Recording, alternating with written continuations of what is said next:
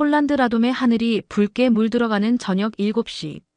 에어쇼 라돔 2025를 기다려온 수천 명의 관중들이 활주로를 바라보고 있었습니다. 아이들이 아버지 어깨에 올라타 손을 흔들고 연인들이 서로 안으며 하늘을 올려다봤죠. 그때 은빛 F-16 한 대가 구름을 뚫고 나타났습니다. 폴란드 최고의 조종사 마치에이 크라코비안 소령이 조종하는 전투기였어요. 관중들이 환호성을 지르며 휴대폰을 들어올렸습니다. 완벽한 고개 비행의 순간을 담으려고 했죠. F-16이 하늘 높이 치솟았다가 360도 회전하며 급강하기 시작했습니다. 아름다운 기술이었어요. 모든 게 완벽했습니다.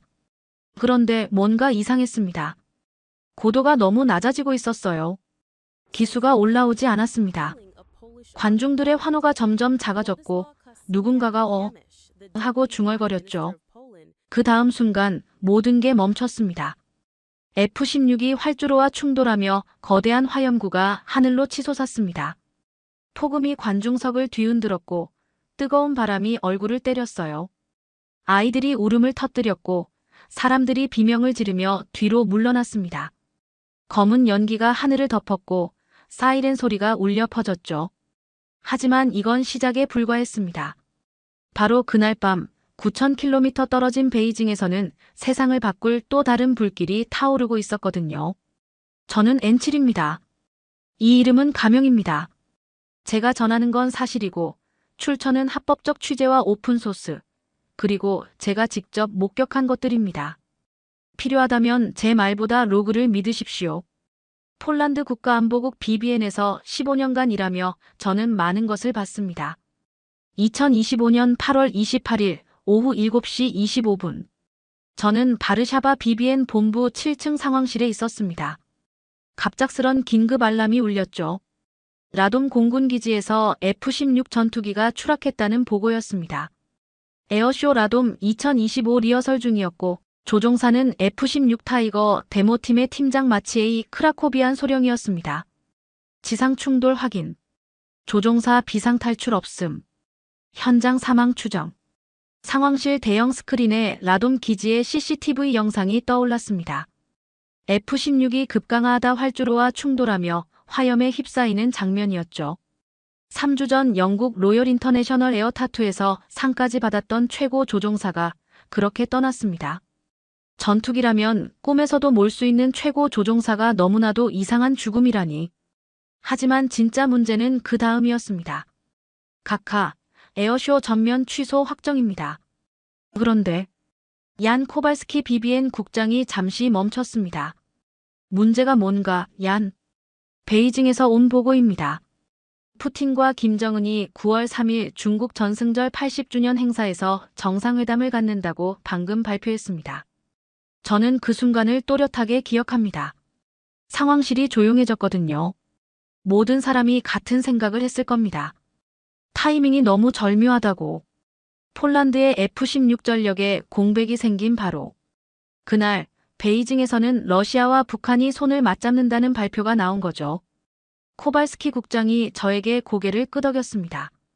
N7, 긴급 TF에 들어가. 각국 채널 다 열어라. 48시간 안에 전체 상황을 파악해야 한다. 저는 곧바로 움직였습니다. BBN 지하 3층 통합정보센터로 내려갔죠. 여기서 저는 CIA, MI6, BND, DGSE와 실시간 연결됩니다. 물론 우리와 정보를 공유하는 선에서만이지만요. 첫 번째 연락은 바그람 기지에 있는 CIA 폴란드 데스크 책임자 마이클 톰슨이었습니다. 마이클, 라돔 상황 브리핑 받았나? 받았다. 하지만 솔직히 말하면 우리도 당장 F-16 지원은 어렵다. 우크라이나에 18대를 보냈고 중동에도 전력이 묶여 있어. 최소 3개월은 걸릴 것 같은데. 3개월. 저는 숨이 막혔습니다. 그동안 우리 보고 어떻게 하라는 거야? 나토 규정상 다른 회원국의 지원을 받거나 아니면 제3국 장비를 긴급 도입하는 방법도 있지. 제3국 장비. 그때 저는 떠올랐습니다. 2022년부터 우리가 협상해온 한국과의 방산 계약을요. 두 번째 연락은 모스크바였습니다. 우리에겐 러시아 지한류 내부에 정보원이 있거든요. 코드명 발틱이라고 부르는 사람이죠. N7인가? 재미있는 타이밍이군. 발틱의 목소리는 평소와 달랐습니다. 뭔가 흥미로워하는 톤이었어요. 무슨 뜻이야? GRU 이국에서 비상 소집이 걸렸어. 폴란드 F-16 사고를 브리핑하더군. 그런데 말이야. 우리 상관이 이상한 말을 했어. 미국 놈들이 바로 못 채우는 틈을 노려야 한다고. 뭘 노린다는 거야? 모르겠어. 하지만 베이징 회담과 연결돼 있는 것 같아. 푸틴이 시진핑에게 뭔가 제안할 모양이야. 세 번째는 베이징이었습니다. 중국 MSS와는 직접 연결은 없지만 타이완 정보부를 통한 간접 경로가 있어요. 폴란드 상황을 중국이 어떻게 보고 있는지 알 수 있나? 흥미롭게 보고 있어. MSS 이국에서 미군 전력이 분산된 지금이 기회라는 보고서를 올렸다는 얘기가 있어. 구체적인 내용은 모르겠지만 마지막은 평양이었습니다. 북한 정찰총국 정보는 한국 국정원을 통해서만 들을 수 있어요. 물론 공식적으로는 아니죠. 우리 채널로는 북한이 뭔가 준비하고 있다는 정도만 들었습니다.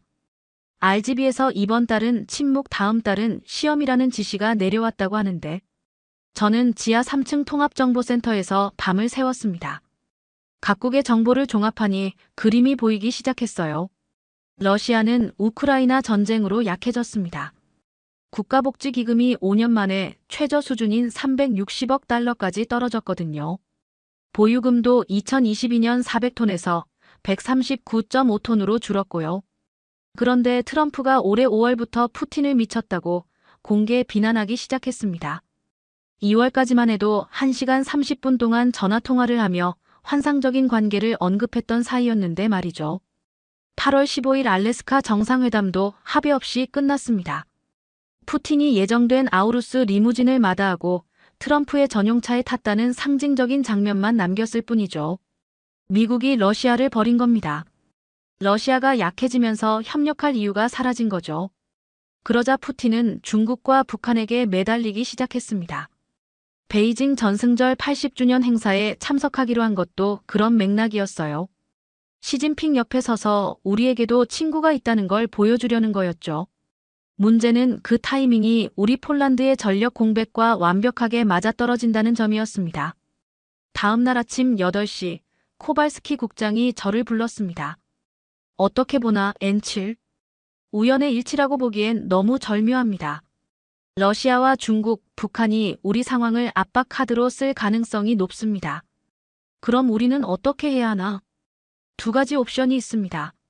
3개월 동안 미국의 지원을 기다리거나 아니면 즉시 전력화가 가능한 대안을 찾거나요. 대안이라면 한국입니다. 코발스키 국장의 눈이 반짝였습니다.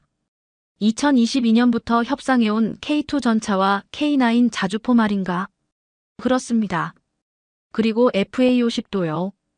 계약은 이미 체결되어 있고 한국 측은 긴급 상황 시 48시간 내 납품이 가능하다고 했습니다. 48시간? 정말인가? 현대로템과 하나디펜스, 카이가 상시 생산 체계를 갖추고 있습니다. 문제는 정치적 결정뿐이죠. 코발스키 국장이 고개를 끄덕였습니다. 좋아. 한국 채널을 열어라. 그리고 그가 잠시 멈췄습니다. 베이징에선 뭔 일이 벌어질지 모르니까 우리도 준비를 해야겠다. 저는 그 순간 알았습니다. 다음 6일이 폴란드의 운명을 좌우할 거라는 걸요. 그리고 한국이 그 운명의 열쇠를 쥐고 있다는 것도. 8월 29일 오전, 저는 BBN 7층의 파노라마룸에 있었습니다.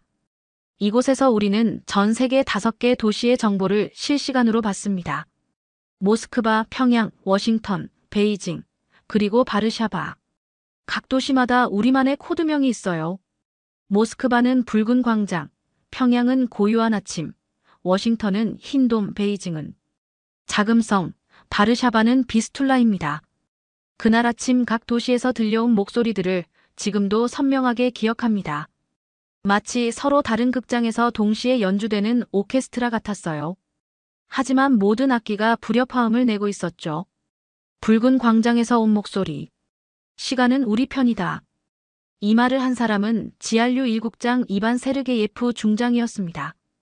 발틱이 전해온 정보였어요. 미국 놈들이 우크라이나에 발목 잡혀 있는 동안 우리는 베이징에서 새로운 축을 만들 수 있다. 폴란드 F-16 사고는 하늘이 준 기회야. 나토의 동유럽 전력에 구멍이 뚫렸어. 지금이야말로 압박할 때다. 세르게예프 중장은 SVR 대외 정보국 국장 세르게이 나리시킨과도 긴밀히 협조하고 있었습니다. 두 기관이 손을 잡는 일은 흔치 않은데 이번엔 달랐어요.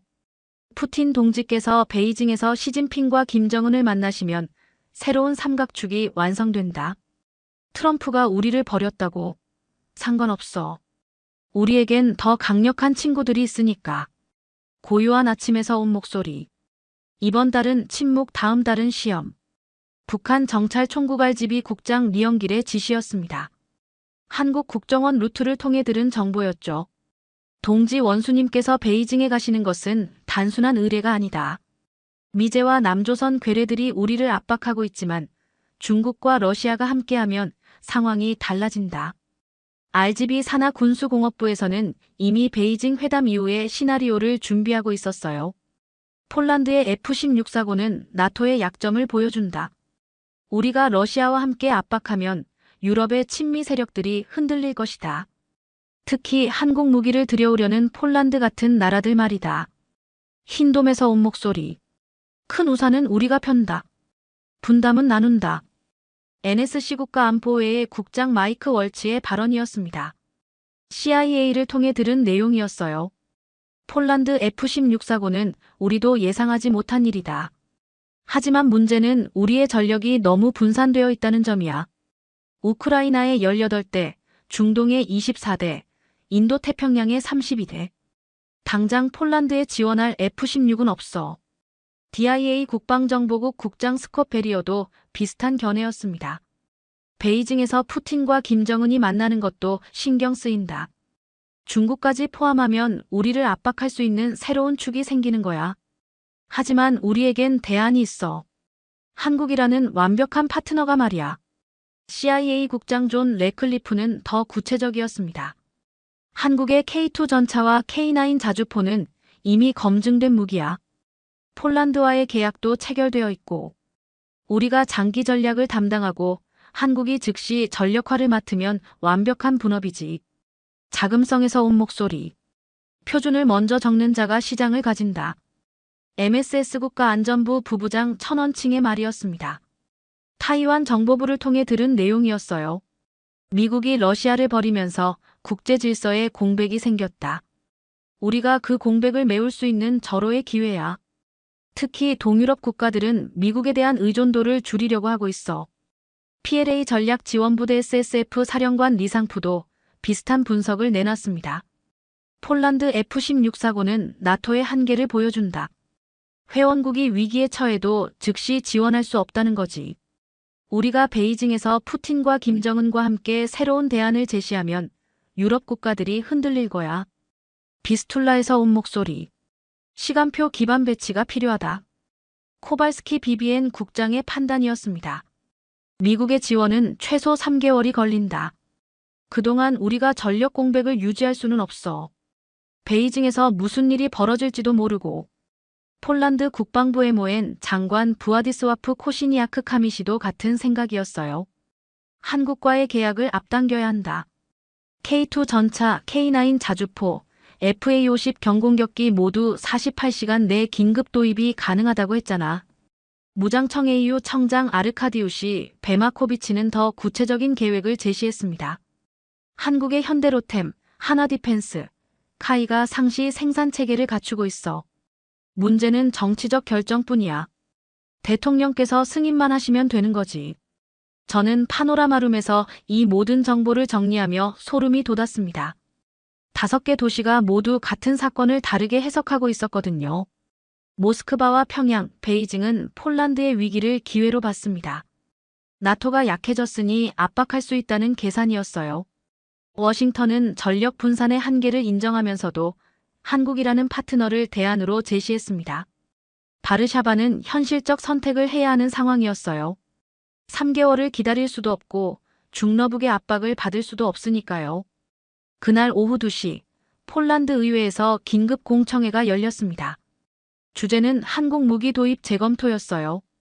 야당 의원들은 반대했습니다.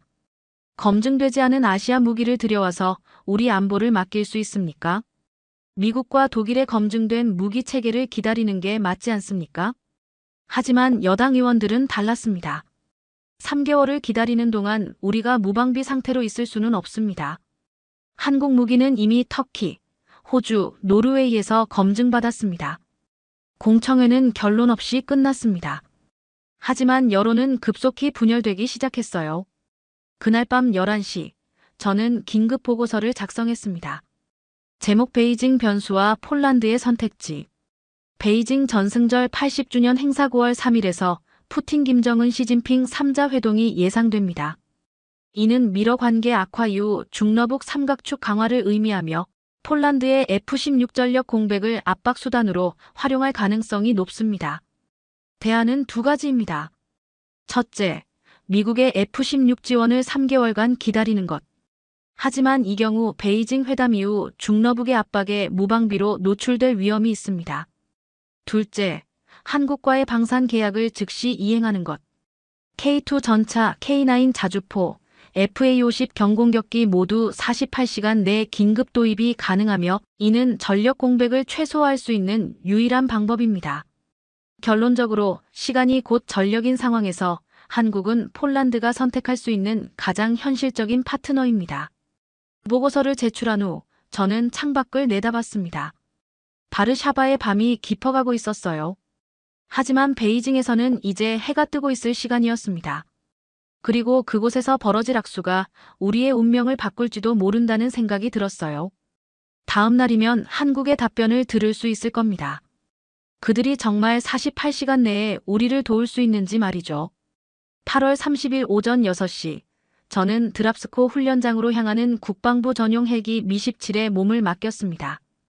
바르샤바에서 북서쪽으로 120km 떨어진 이곳에서 한국 무기들의 긴급 시연이 열리기로 했거든요. 헬기가 드랍스코 상공에 도착했을 때 저는 눈을 의심했습니다. 훈련장에 이미 K2 전차 세대와 K9 자주포 이문이 도열해 있었거든요. 어떻게 이렇게 빨리 왔을까요?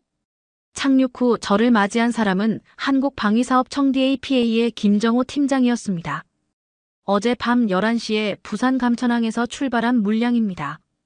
M124 수송기 2대로 바르샤바 공항에 도착해서 바로 이동했죠. M124? 그 거대한 러시아제 수송기로 한국 무기를 실어 날랐다는 게 아이러니했습니다. 하지만 결과는 완벽했어요. 오전 9시 시연이 시작됐습니다. 먼저 K2 전차였습니다. 현대로템의 박승민 수석 엔지니어가 설명을 시작했죠. K2 흑표는 도심, 습지, 야간 모드를 2.3초 내에 전환 가능합니다. 지금 보시는 건 도심 모드입니다.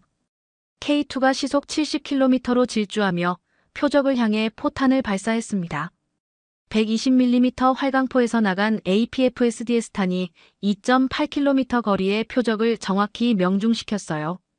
명중률 96.7%. 탄착군 반경 0.8m. 박수석 엔지니어가 자랑스럽게 말했습니다. 이제 습지 모드로 전환합니다. K2의 현가장치가 움직이기 시작했습니다. 차체가 낮아지면서 접지압이 분산됐어요. 늪지대를 지나가는 모습은 정말 인상적이었죠. 다음은 K9 자주포 차례였습니다. 한화디펜스의 이창수 책임연구원이 나섰어요. K9 썬더의 핵심은 신속성입니다. 사격 후 3분 내에 진지를 이탈할 수 있어요. K9이 155mm 포탄을 발사했습니다. 40km 떨어진 표적을 향해서요. 사격 직후 K9은 즉시 이동을 시작했습니다. 사격 이탈 제점화까지 4분 27초. 이는 세계 최고 수준입니다. 하지만 시연 도중 이상한 일이 벌어졌습니다. 오전 10시 30분쯤 훈련장 입구에 검은색 아우디 A8세대가 나타났어요. 차에서 내린 사람들은 양복 차림의 서양인들이었습니다. 김정호 DAPA 팀장이 제게 다가왔습니다. 저 사람들 누군지 아세요? 저는 망원경으로 확인해봤습니다. 그들의 신분증과 명함을 보니 레오나르도, 라인메탈, 네스터 같은 유럽 방산업체 관계자들이었어요. 로비스트들입니다. 아마 우리 계약을 방해하러 온 것 같네요. 과연 그들은 곧바로 행동에 나섰습니다. 그들 중 한 명이 태블릿을 꺼내 보여주기 시작했어요. 이 도표를 보십시오. 한국 무기의 정비 비용이 얼마나 높은지 아시나요? 도표에는 정비비 폭탄이라는 제목으로 각종 그래프가 그려져 있었습니다. K2 전차의 10년 유지 비용이 독일 레오파드 2보다 40% 높다는 내용이었어요. 하지만 저는 그 도표의 출처를 의심했습니다. 데이터가 너무 일방적이었거든요. 출처가 어디죠? 유럽방산연구소의 공식 분석 자료입니다. 유럽방산연구소. 저는 그런 기관을 들어본 적이 없었어요. 나중에 확인해보니 레오나르도가 후원하는 싱크탱크였습니다. 오후 12시 상황이 더 복잡해졌습니다. 갑자기 폴란드 공영방송 TVP 취재진이 나타났어요. 그들은 로비스트들이 제공한 도표를 이미 받아본 상태였습니다. 한국 무기의 높은 정비 비용에 대해 어떻게 생각하십니까? 리포터가 김정호 팀장에게 마이크를 들이댔습니다. 김 팀장은 당황하지 않았어요. 그 자료는 부정확합니다. 실제 데이터를 보여드리겠습니다. 그는 태블릿을 꺼내 한국방위사업청의 공식 자료를 보여줬습니다. K2 전차의 가동률은 93.2%입니다. 레오파드 2는 87.6%이고요. 가동률이 높으면 실질적인 유지 비용은 오히려 낮아집니다. 그럼 정비 부품은 어떻게 조달하죠? 표준화 부품 풀을 운영합니다. 현지 생산도 가능하고요. 우리는 무기 플랫폼을 파는 게 아니라 통합 운영 시스템을 팝니다. 리포터가 다시 물었습니다. 통합 운영 시스템이라는 게 뭔가요? 김 팀장이 웃었습니다. 지금 보여드리죠. 오후 1시, 진짜 시연이 시작됐습니다. K2 전차 K9 자주포, 그리고 오늘 아침에 도착한 FA-50 경공격기까지 동시에 움직이기 시작했어요. 통합 운영 시스템은 이렇습니다. K2가 적을 발견하면 데이터 링크를 통해 K9에게 좌표를 전송합니다. K9이 포격하는 동안 FA-50이 상공에서 전장을 감시하고요. 실제로 K2가 레이저로 표적을 지시하자 그 데이터가 실시간으로 K9에게 전송됐습니다. K9은 3초 만에 포를 조준하고 발사했어요. 동시에 FA-50이 상공에서 타격 결과를 확인해 지상에 전송했습니다. 전체 과정이 23초 걸렸습니다. 김 팀장이 자랑스럽게 말했습니다. 이게 바로 한국이 파는 체계입니다. 개별 무기가 아니라 전체가 하나로 움직이는 시스템이죠. 유럽 로비스트들의 얼굴이 굳었습니다. 그들의 도표로는 이런 통합 운영 능력을 설명할 수 없었거든요. 오후 2시 30분, 더 놀라운 일이 벌어집니다. 갑자기 FA-50의 통신이 두절됐어요. 지상 관제소와의 데이터 링크가 끊어진 겁니다. 뭔가 교란이 일어나고 있습니다. 한국항공우주산업카이의 정민수 팀장이 긴급히 보고했습니다. 전파 교란인가요? 아닙니다. 더 정교한 사이버 공격 같습니다. 데이터 링크 프로토콜 자체가 교란되고 있어요. 저는 즉시 BBM 본부에 연락했습니다. 사이버 공격 감지 중. 출처 파악 가능한가? 확인 중입니다. 하지만 중국이나 러시아의 회색지대 전술 같습니다. 회색지대 전술. 전쟁도 아니고 평화도 아닌 애매한 공격이죠. 증거를 남기지 않으면서 상대방을 교란시키는 방법입니다. 하지만 한국 측의 대응은 예상을 뛰어넘었습니다. 괜찮습니다. 백업 시스템으로 전환하겠습니다. 정민수 카이 팀장이 차분히 말했습니다. 백업 시스템. FA-50은 3중 백업 체계를 갖추고 있습니다. 주 데이터 링크가 교란되면 위성 통신으로 전환하고 그것도 안 되면 독립 운영 모드로 바꿉니다. 실제로 FA-50은 3분 만에 정상 운영으로 돌아왔습니다. 마치 아무 일도 없었다는 듯이요. TVP 리포터가 다시 마이크를 들었습니다. 방금 사이버 공격이 있었는데도 정상 작동하는군요. 그렇습니다. 우리는 실전 환경에서 벌어질 수 있는 모든 상황을 대비합니다. 김정호 DAPA 팀장이 자신 있게 답했습니다. 한국은 70년간 분단 상황에서 살아왔습니다. 적의 교란과 방해를 전제로 무기를 만들어 왔어요. 그 말이 끝나자마자 유럽 로비스트들이 서둘러 자리를 떴습니다. 더 이상 할 말이 없었던 거죠. 오후 4시 시연이 끝났습니다. 저는 김정호 팀장과 마지막 대화를 나눴습니다. 정말 48시간 내에 긴급 도입이 가능한가요? 가능합니다. 현대로템, 하나디펜스, 카이 모두 상시 생산 체계를 갖추고 있거든요. 문제는 정치적 결정뿐입니다. 정치적 결정. 폴란드 대통령께서 승인만 하시면 내일 밤에도 첫 번째 물량이 도착할 수 있습니다. 내일 밤. 그럼 베이징 회담이 시작되기 전에 우리의 전력 공백을 메울 수 있다는 뜻이었습니다. 하지만 한 가지 조건이 있습니다. 김 팀장이 진지한 표정으로 말했습니다. 모든 과정이 투명하게 공개되어야 합니다. 로그도 타임스탬프도 성능 데이터도 모두요. 우리는 숨길 게 없거든요. 투명성. 그게 바로 한국 방식의 핵심이었습니다. 드랍스코에서 바르샤바로 돌아가는 길. 저는 헬기 안에서 그날의 상황을 정리했습니다. 유럽 로비스트들은 조작된 도표로 우리를 현혹하려 했습니다. 중국이나 러시아는 사이버 공격으로 시연을 방해하려 했어요. 하지만 한국은 그 모든 방해를 뚫고 자신들의 능력을 증명했습니다. 개별 무기의 성능이 아니라 모든 것이 하나로 연결되는 통합 시스템을 보여준 거죠. 그리고 가장 중요한 건 그들이 약속한 48시간이 단순한 말이 아니라는 것을 확인했다는 점이었습니다. 그날 밤 11시, 저는 다시 긴급 보고서를 작성했습니다. 제목 드랍스코 시연 결과 및 권고안. 한국의 K2, K9, FA50은 모든 방해 공작을 뚫고 완벽한 성능을 입증했습니다. 특히 통합 운영 시스템은 기존의 개별 플랫폼 개념을 뛰어넘는 차세대 무기 체계임을 확인했습니다. 48시간 내 긴급 도입이 실제로 가능하며 이는 베이징 회담 이전에 폴란드의 전력 공백을 해소할 수 있는 유일한 방법입니다. 권고합니다. 한국과의 긴급 계약을 즉시 승인하십시오. 보고서를 제출한 후 저는 창밖의 바르샤바 야경을 바라봤습니다. 내일이면 더 큰 시험이 기다리고 있을 겁니다. 그리고 그 시험을 통과할 수 있는 답이 한국에 있다는 확신이 들었어요. 8월 31일 오후 11시 47분. 저는 BBN 지하 3층 통합정보센터에서 야간 근무 중이었습니다. 갑자기 경보음이 울렸어요. N7 긴급 상황입니다. 통신 담당관 카롤 노바크가 소리쳤습니다. 뭔 일인가? 드랍스코 훈련장에서 이상 신호가 포착됩니다. FA50의 데이터 링크가 또 교란되고 있어요.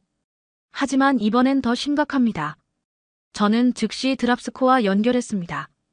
현지에는 한국 측 기술팀이 야간 점검을 위해 남아 있었거든요. 여보세요, 정민수 팀장님. N7님. 맞습니다. 지금 상황이 심각합니다. 단순한 데이터 링크 교란이 아니라 전체 통신 시스템이 마비되고 있어요. 원인을 파악했나요? 새로운 형태의 공격입니다. 우리가 낮에 대응한 건 1단계였고 지금 이건 2단계 같네요. 더 정교하고 지속적입니다. 그때 또 다른 목소리가 들렸습니다. 최준호 소령입니다. 한국군 기술장교로 파견 나왔습니다. 처음 듣는 목소리였어요. 하지만 뭔가 믿음직했습니다. 상황을 설명해 주세요, 소령님. 지금 FA50의 주 통신, 백업 위성 통신, 독립 운영 모드까지 모두 교란당하고 있습니다. 이건 단순한 전파 교란이 아니라 소프트웨어 레벨에서의 침투예요. 그럼 어떻게 해야 하나요? 3팀으로 나누어 동시에 접근하겠습니다. 정비팀은 하드웨어를, 군수팀은 소프트웨어를, 교육팀은 매뉴얼 운영을 담당합니다. 최소령의 목소리에는 확신이 있었어요. 시간이 얼마나 걸릴까요? 4시간입니다. 새벽 4시까지 완전 복구하겠습니다. 새벽 4시? 그때까지 저도 현지에 가 있어야겠다고 생각했어요. 자정을 넘어 9월 1일이 되었을 때 저는 헬기를 타고 드랍스코로 향했습니다. 야간 비행이라 위험했지만 이 상황을 직접 봐야겠다고 판단했거든요. 새벽 1시 15분 드랍스코 도착. 훈련장은 밤임에도 환하게 불이 켜져 있었습니다. FA50 주변에 한국 기술진들이 모여 작업하고 있었어요. 최준호 소령을 처음 만났습니다. 30대 후반으로 보이는 단단한 체격의 군인이었어요. 그의 눈에는 피로가 보였지만 의지는 꺾이지 않은 것 같았습니다. 소령님, 상황이 어떻습니까? 생각보다 정교한 공격입니다. 아마도 중국 MSS의 전략 지원 부대나 러시아 GRU의 사이버 부문에서 한 것 같아요. 어떻게 알 수 있죠? 공격 패턴을 보면 알 수 있어요. 중국은 소프트웨어 레이어를 공격하고 러시아는 하드웨어를 노립니다. 지금 둘 다 당하고 있거든요. 최소령이 태블릿을 보여줬습니다. 화면에는 복잡한 진단 데이터가 나타나 있었어요. 여기 보세요. 이 패킷들이 베이징과 모스크바에서 동시에 들어오고 있어요. 베이징과 모스크바. 정말 중국과 러시아가 손을 잡고 우리를 방해하고 있는 건가요? 그럼 대응 방법은? 우리만의 방식이 있어요. 최소령이 웃었습니다. 한국은 70년간 이런 상황에 대비해왔거든요. 북한의 교란, 중국의 해킹, 러시아의 사이버 공격. 모든 걸 경험했어요. 그때 정비팀에서 보고가 올라왔습니다. 소령님, 하드웨어 점검 완료했습니다. 문제 없어요. 군수팀은 소프트웨어 패치 완료. 새로운 암호화 키로 전환했습니다. 교육팀은 매뉴얼 운영 모드 테스트 완료. 언제든지 전환 가능합니다. 최소령이 만족스러운 표정을 지었습니다. 좋아. 이제 마지막 단계야. 통합 테스트를 해보자. 새벽 2시 30분, FA50의 엔진이 다시 울리기 시작했습니다. 데이터 링크 연결. 정상. 위성 통신. 정상. 독립 운영 모드. 정상. 통합 시스템 연동. 정상. 완전 복구됐습니다. 정민수 카이 팀장이 환호했어요. 하지만 최소령은 거기서 그치지 않았습니다. 이제 진짜 테스트를 해봅시다. 실제로 K2, K9과 연동해서 작동하는지 확인해야 해요. 새벽 3시, 밤중에 진짜 시연이 시작됐습니다. K2 전차가 야간 투시경을 사용해 가상 표적을 탐지했어요. 그 정보가 즉시 FA50에 전송됐습니다. FA50은 상공에서 표적을 확인하고 K9 자주포에 좌표를 전달했어요. 야간 통합 작전 시간 47초. 최소령이 자랑스럽게 발표했습니다. 낮에는 23초였는데 밤에는 47초네요. 제가 물었습니다. 야간 작전이니까 안전을 위해 더 신중하게 합니다. 하지만 여전히 세계 최고 수준이에요. 그 순간 저는 깨달았습니다. 한국의 진짜 실력을 말이죠. 그들은 단순히 무기를 파는 게 아니었어요. 문제 해결 능력을 파는 거였습니다. 밤에 문제가 생기면 밤에 고치고 교란당하면 즉시 복구하고 공격받으면 더 강해져서 돌아오는 그런 시스템이었어요. 새벽 4시 모든 작업이 완료됐습니다. 최소령이 저에게 다가왔어요. 엔칠님, 한 가지 더 보여드릴 게 있어요. 뭔가요? 우리가 복구하는 동안 모든 과정이 실시간으로 기록됐어요. 로그도 타임스탬프도 성능 데이터도 전부요. 그가 태블릿을 보여줬습니다. 화면에는 밤새 벌어진 모든 일들이 초 단위로 기록되어 있었어요. 23만 4,723 교란 신호 최초 탐지. 1544 하드웨어 점검 시작. 1만 2217 소프트웨어 패치 완료. 2만 855 통합 테스트 시작. 3만 4,712 야간 연동 작전 성공. 4만 완전 복구 완료. 이 모든 데이터가 실시간으로 한국 본부와 폴란드 국방부에 전송되고 있어요. 투명성이 우리의 원칙입니다. 투명성. 또 그 단어였어요.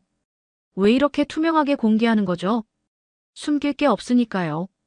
그리고 신뢰가 가장 중요한 무기라고 생각하거든요. 최소령의 말이 가슴에 와닿았습니다. 새벽 5시, 바르샤바로 돌아가는 헬기 안에서 저는 그날 밤의 의미를 곱씹어봤습니다. 중국과 러시아가 손잡고 우리를 교란시키려 했지만 한국은 4시간 만에 그 공격을 무력화시켰어요. 그것도 더 강해진 상태로 복구해냈죠. 하지만 더 중요한 건 그 과정에서 한국이 보여준 철학이었습니다. 밤에 꺼지면 밤에 켠다. 최소령의 말이 계속 머릿속에 맴돌았어요. 그들에게는 불가능이 없었습니다. 문제가 생기면 반드시 해결하고 공격받으면 더 강해져서 돌아온다는 확신이 있었어요. 그날 아침 7시, 저는 또 한 번의 긴급 보고서를 작성했습니다. 제목 야간 교란 사건 및 한국 측 대응 평가. 중러의 합동 사이버 공격이 감행됐으나 한국 기술팀이 4시간 만에 완전 복구했습니다. 이는 단순한 기술력을 넘어선 문제 해결 철학의 승리로 평가됩니다. 특히 최준호 소령이 이끈 한국군 기술장교팀의 능력은 예상을 뛰어넘었습니다. 그들은 정비군수 교육 3개 분야를 동시에 운용하며 어떤 상황에서도 시스템을 복구할 수 있는 능력을 입증했습니다. 결론적으로 한국은 무기 플랫폼이 아니라 문제 해결 시스템을 판매하고 있습니다. 이는 폴란드가 현재 직면한 위기를 해결할 수 있는 가장 확실한 대안입니다. 보고서를 제출하며 저는 확신했습니다. 이제 우리에게 필요한 건 정치적 결단뿐이라는 걸요. 그리고 그 결단을 내릴 시간이 얼마 남지 않았다는 것도. 베이징 회담까지 이틀밖에 안 남았거든요. 른 화면을 보여줬습니다. 이 영상의 타임스탬프를 보세요. 8월 30일 오후 2시 47분으로 되어 있어요.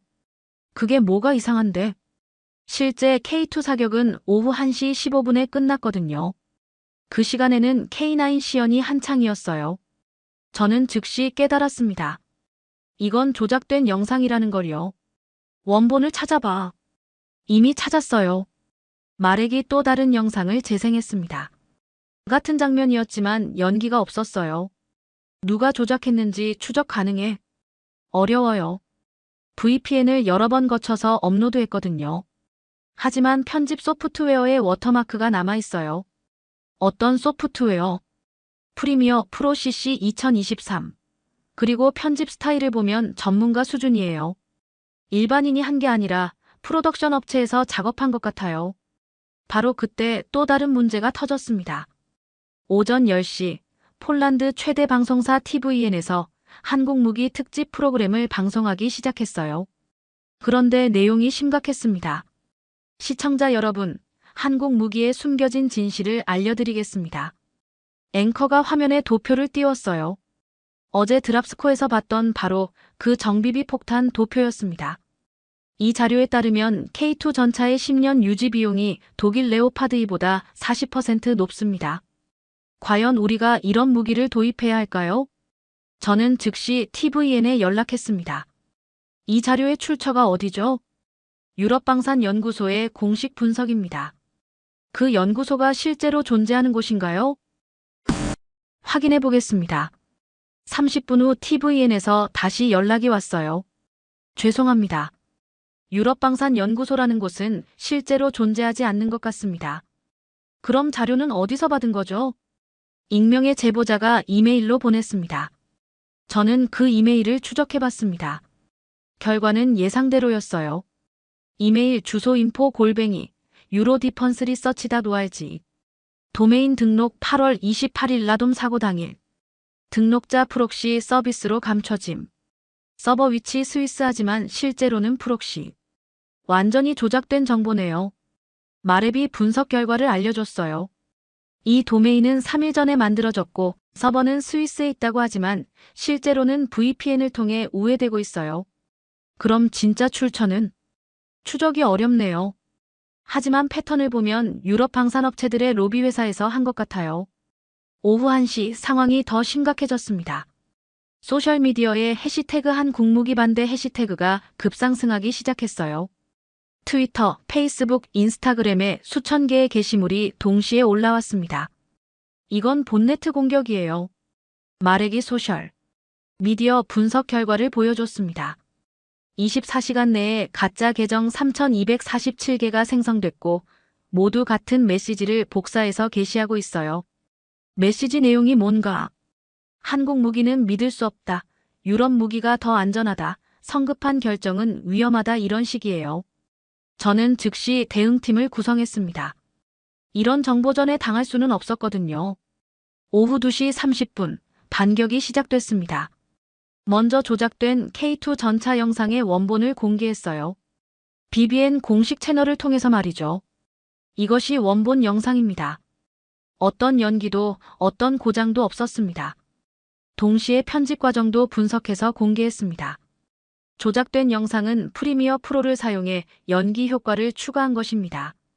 원본과 비교하면 명확한 차이를 확인할 수 있습니다. 다음으로 가짜 도표의 진실을 폭로했어요. 유럽방산연구소는 존재하지 않는 기관입니다.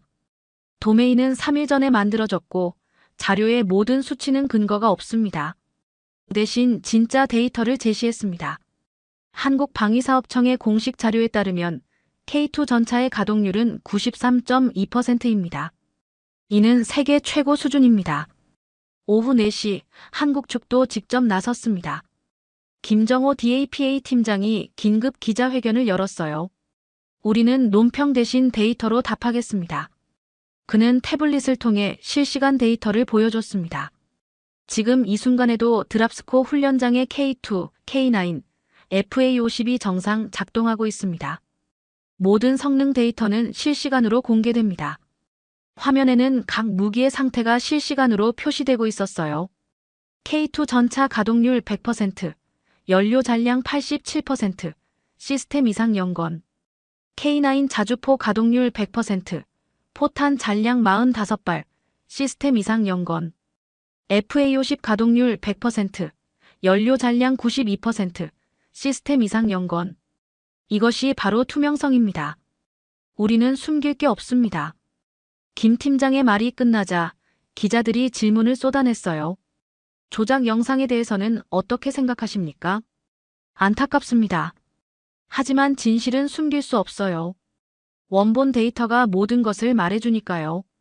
유럽 경쟁사들의 방해에 대해서는 경쟁은 건전한 겁니다. 하지만 허위 정보로 소비자를 속이는 건 공정하지 않죠. 앞으로도 이런 투명성을 유지할 건가요? 물론입니다.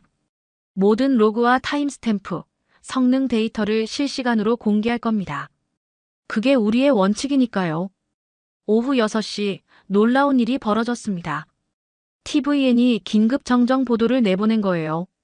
시청자 여러분께 사과드립니다.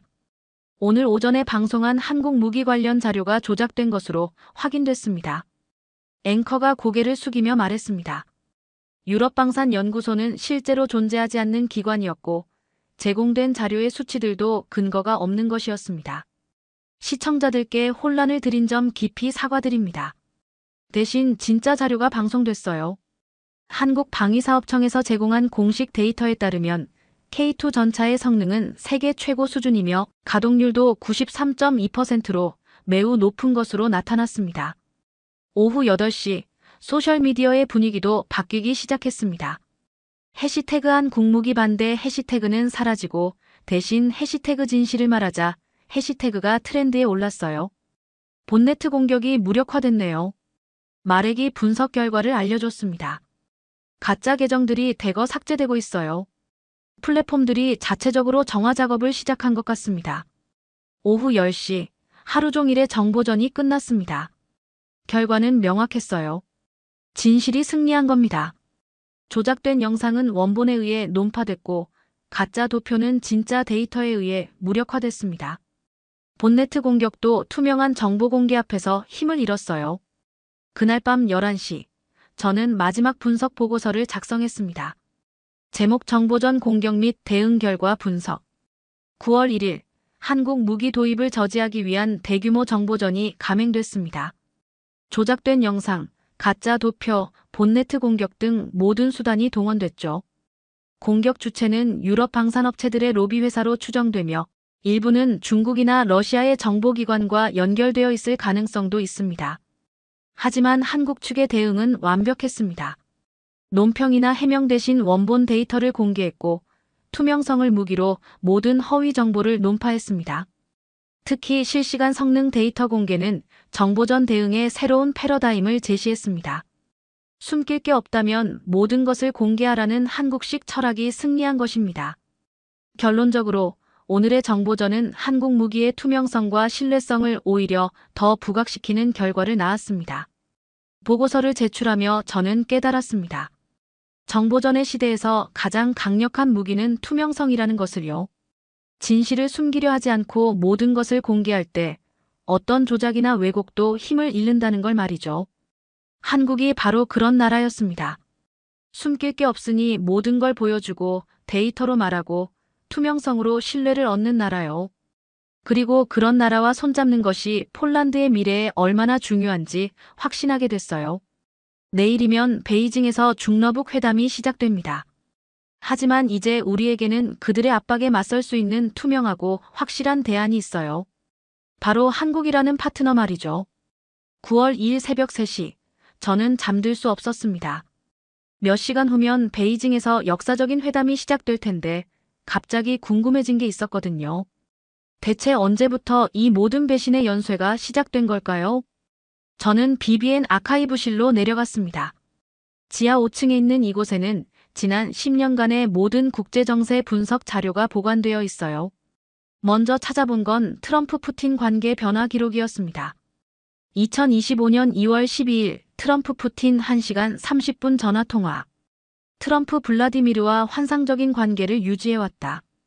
크렘린 건설적이고 상호 존중적인 분위기.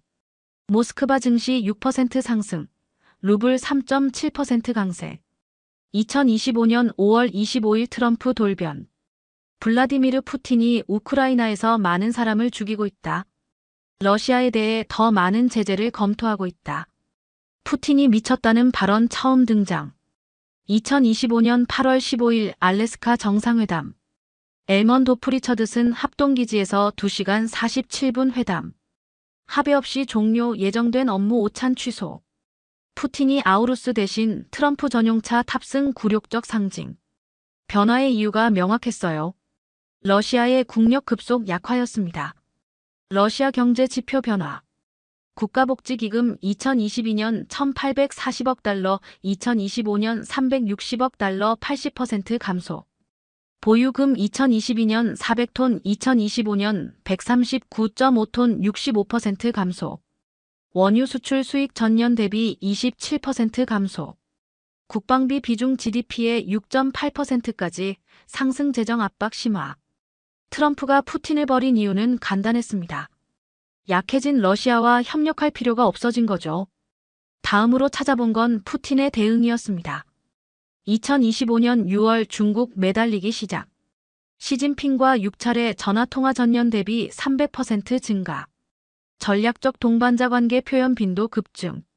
중국 투자 유치 위한 특별경제구역 신설. 2025년 7월 북한과의 밀착 가속화. 김정은과 5차례 비밀회담 러시아 극동지역. 군사기술 이전 확대 협정 체결. 북한 노동자 10만 명 추가 유입 허용. 2025년 8월 베이징 전승절 참석 결정. 시진핑 주석의 개인적 초청에 감격. 중러북 3자 정상회담 최초 추진. 새로운 세계 질서의 시작이라는 표현 사용. 푸틴도 선택권이 없었어요. 미국에게 버림받은 상황에서 중국과 북한에게 매달릴 수밖에 없었던 거죠. 그런데 가장 흥미로운 건 미국의 변화였습니다. 새벽 4시, 저는 CIA와의 비밀통신 기록을 찾아봤어요. 2025년 3월 새로운 파트너 전략 수립. 러시아와의 협력 관계 재검토. 아시아 태평양 동맹국과의 관계 강화. 한국을 핵심 전략 파트너로 격상. 2025년 6월 한국 중심의 동맹 재편. 한국은 가장 믿을 만한 동맹. 방산 협력을 안보 협력의 핵심으로. 유럽 내 한국 무기 확산 적극 지원. 2025년 8월 폴란드 상황을 기회로 활용. 폴란드 F-16 공백을 한국이 메우는 것을 환영. 이는 완벽한 역할 분담의 사례. 전략 보장은 미국 즉시 전력화는 한국. 미국도 계산이 빠른 나라였어요. 러시아가 약해지자 즉시 새로운 파트너를 찾았고 그 파트너가 바로 한국이었던 거죠. 새벽 5시, 저는 가장 중요한 자료를 찾았습니다. 한국의 대응 패턴 분석. 한국은 이 모든 배신의 연쇄 속에서도 일관된 자세를 유지했어요. 미국과의 관계 변함없는 동맹 유지. 러시아와의 관계 우크라이나 지원으로 인한 냉각, 하지만 적대적이지는 않음. 중국과의 관계 경제 협력 유지, 안보 이슈에서는 선긋기. 유럽과의 관계 방산 협력을 통한 신뢰 구축. 가장 인상적인 건 한국이 누구를 배신하지도 않았다는 점이었어요. 그들은 단지 자신들의 원칙을 지키며 필요한 곳에 도움을 제공했을 뿐이었습니다. 새벽 6시, 베이징에서 각국 정상들이 속속 도착하기 시작했다는 소식이 들려왔어요. 베이징 수도국제공항 착륙 현황. 615 푸틴 대통령 인류신 19만 6,300 피우. 642 김정은 위원장 전용 열차로 베이징역 도착. 730 시진핑 주석 중난하이에서 인민대회당으로 이동. 3명의 지도자가 베이징에 모였습니다. 하지만 저는 이제 알고 있었어요. 이들의 만남이 단순한 우정이 아니라 절망적인 동맹이라는 것을요. 푸틴은 미국에게 버림받았고 김정은은 제재 압박에 시달리고 있었으며 시진핑은 미국과의 경쟁에서 우위를 점하려 했어요. 하지만 그들에게는 한 가지 문제가 있었습니다. 폴란드의 전력 공백을 압박 수단으로 쓰려고 했는데 그 공백이 이미 메워지고 있다는 거였죠. 바로 한국에 의해서 말이에요. 오전 8시, 저는 이태성 씨를 만나러 갔습니다. 그는 60대 초반의 전직 군수장교였다가 지금은 한폴 방산협력업체의 대표를 맡고 있었어요. 한국 전쟁 참전 용사의 아들이기도 했고요. 이태성 대표님, 지금 상황을 어떻게 보십니까? 바르샤바 시내 카페에서 만난 이태성 씨는 여유로운 미소를 지었어요. 재미있는 시대를 살고 있다고 생각해요. 제가 예비군 훈련 받을 때는 M48 패튼 전차를 몰았거든요. 미군이 주던 중고 장비였죠. 지금은 많이 달라졌죠?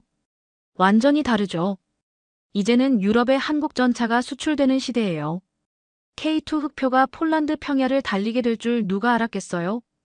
이태성 씨의 눈에 감회가 서렸어요. 예전엔 기다림이 일상이었어요. 미군이 언제 줄지, 언제 올지 모르는 무기들을 기다리며 살았죠. 하지만 지금은 다르잖아요. 어떻게 다르죠? 이젠 납기가 전력이에요. 한국은 약속한 시간에 약속한 성능의 무기를 보냅니다. 48시간이라고 하면 정말 48시간에 도착해요. 그가 커피를 한 모금 마시며 계속했습니다. 제 아버지는 6.25 때 미군과 함께 싸우셨어요. 그때는 우리가 도움을 받는 입장이었죠. 하지만 지금은 우리가 도와주는 입장이에요. 역사가 바뀐 거죠. 그런 변화가 언제부터 시작됐다고 보세요? 1990년대부터요. 그때부터 우리는 전쟁을 겪은 나라만이 알 수 있는 진짜 교훈을 무기에 담기 시작했어요. 어떤 교훈이죠? 싸우지 않게 만드는 것이 최고의 승리라는 거요. 억제 철학이죠. 이태성 씨의 말이 가슴에 와닿았어요. 한국 무기의 진짜 목적은 전쟁을 이기는 게 아니라 전쟁을 막는 거예요. 상대방이 이 나라와 싸우면 안 되겠다고 생각하게 만드는 거죠. 오전 10시 베이징에서 첫 번째 소식이 전해왔습니다. 푸틴과 김정은이 다오유타이 국빈관에서 양자회담을 시작했다는 거였어요. 시진핑은 오후에 합류할 예정이었고요. 하지만 저는 이제 알고 있었습니다. 그들의 회담이 아무리 위협적으로 보여도 이미 게임이 바뀌었다는 것을요. 한국이 48시간 내에 폴란드의 전력 공백을 메워주기로 했으니까요. 그들의 압박 카드가 무력화되는 거였습니다.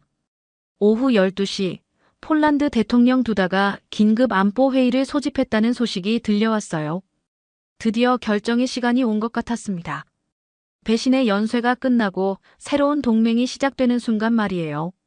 9월 2일 오후 2시, 저는 벨베데르 궁전 지하 1층 안보 상황실에 있었습니다. 안제이 두다 대통령의 긴급 안보 회의가 열리는 곳이었어요. 참석자는 대통령, 총리 국방장관, BBN 국장, 그리고 저를 포함한 핵심 분석관 5명 뿐이었습니다. 대통령은 평소보다 많이 지쳐 보였어요. 지난 5일간 계속된 위기 상황 때문이겠죠. 자, 시작하자. 현재 상황부터 브리핑해달라. 두다 대통령이 말했습니다. 코발스키 BBN 국장이 먼저 나섰어요. 각하, 베이징에서 푸틴과 김정은이 회담 중입니다. 2시간째 진행되고 있고 3시에 시진핑이 합류할 예정입니다. 내용은 공식 발표는 전승절 80주년 기념 행사 관련 협의라고 되어 있지만 실제로는 우리를 포함한 서방 측 압박 방안을 논의하고 있을 것으로 판단됩니다. 국방장관 코시니아크 카미시가 이어받았습니다. 각하, 미군의 F-16 지원은 최소 3개월이 소요됩니다. 그동안 우리는 전력 공백 상태에 놓이게 됩니다. 3개월 동안 우리가 무방비 상태로 있을 수는 없지 않나. 그렇습니다. 대안이 필요합니다.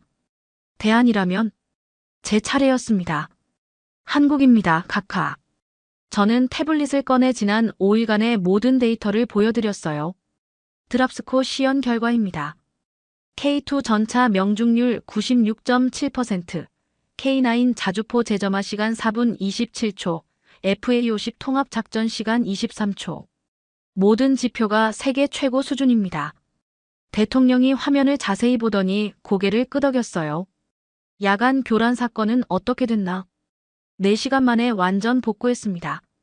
한국군 최준호 소령이 이끈 기술팀이 중러의 합동 사이버 공격을 무력화했습니다. 정보전은 조작 영상과 가짜 도표가 유포됐지만 한국 측이 원본 데이터를 공개하며 완전히 논파했습니다. 투명성이 그들의 무기였습니다. 대통령이 잠시 생각에 잠겼어요. 시간은 얼마나 걸리나? 48시간입니다. 한국 측이 확약했습니다. 48시간? 정말인가? 현대로템, 하나디펜스, 카이가 상시 생산 체계를 갖추고 있습니다. 부산 감천항에서 출발해 그단스크항에 도착하는 시간까지 포함해서 48시간입니다. 그때 코발스키 국장이 실시간 정보를 받았다고 알려왔어요. 각하, 베이징에서 소식입니다. 푸틴과 김정은이 공동 성명 발표를 준비하고 있다고 합니다. 내용은 동유럽의 군사 균형 변화에 대한 우려 표명이라고 합니다. 우리의 한국 무기 도입을 겨냥한 것 같습니다. 대통령의 얼굴이 굳었어요. 압박하는군. 그럼 우리는 어떻게 해야 하나? 결정해야 합니다, 각하. 베이징 회담이 끝나기 전에요. 저는 마지막 카드를 꺼냈습니다. 각하, 실시간 데이터를 보여드리겠습니다. 태블릿 화면에 드랍스코 훈련장의 실시간 현황이 떴어요. 현재 시각 14만 3,722.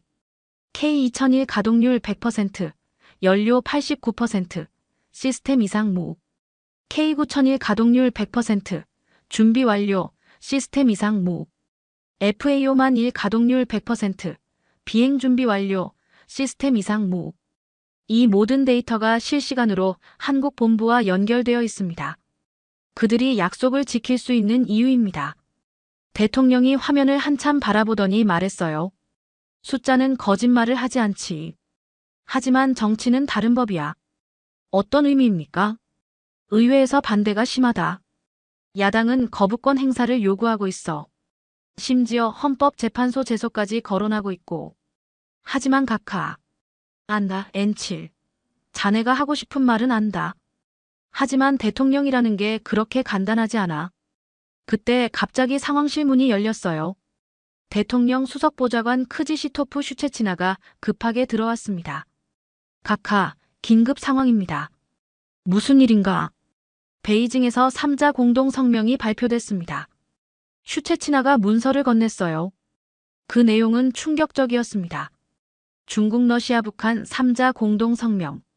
우리는 동유럽 지역의 급격한 군사력 증강에 깊은 우려를 표명한다. 특히 일부 국가들의 공격적 무기 도입은 지역 평화와 안정을 해칠 우려가 있다. 우리 3국은 이러한 움직임을 지속적으로 감시하며 필요시 적절한 조치를 취할 것임을 경고한다. 대통령의 얼굴이 창백해졌어요. 적절한 조치라니. 이건 노골적인 위협이군. 각하, 어떻게 하시겠습니까? 코발스키 국장이 물었습니다. 의회 상황은? 슈체치나 보좌관이 답했어요. 야당이 즉시 거부권 행사를 요구하고 있습니다. 중러북의 공동 위협 앞에서 도발적 행동을 해서는 안 된다는 입장입니다. 대통령이 고개를 떨어뜨렸어요. 하지만 바로 그때 제 태블릿에 새로운 데이터가 들어왔습니다. 각하, 잠시만요. 저는 화면을 확인했어요. 놀라운 내용이었습니다. 지금 막 들어온 정보입니다. 한국 측에서 실시간 성능 패킷을 보내왔습니다. 화면에는 초 단위로 업데이트되는 데이터가 표시되고 있었어요. 2025.09, 24만 4,733. 부산 감천항 K2 전차 세대 선적 완료. 예상 도착 2025.09, 44만 4,733 정확히 48시간 후. 해상 운송 MVHOEGH 트레이서 노르웨이 선박. 실시간 GPS 3506엔 12,901이. 상태 모든 시스템 정상. 이게 뭔가? 대통령이 물었어요. 한국 측이 이미 선적을 시작했습니다. 우리의 결정을 기다리면서 말이죠. 결정도 내리기 전에 그들은 확신하고 있는 것 같습니다. 우리가 올바른 선택을 할 거라고요. 그때 또 다른 데이터가 들어왔어요. 탄착군 분석 리포트. K2 전차 실사격 결과 2.8km 거리에서 오차 0.8m. K9 자주포 연쇄 사격 40km 거리에서 3발 연속 명중. FA50 정밀 타격 1.5km 거리에서 오차 0.3m. 이 모든 데이터가 조작 불가능합니다. 제가 설명했어요. 블록체인 기술로 암호화되어 있고 실시간으로 검증되고 있습니다. 한국은 숨길 게 없으니까 모든 걸 공개하는 거예요.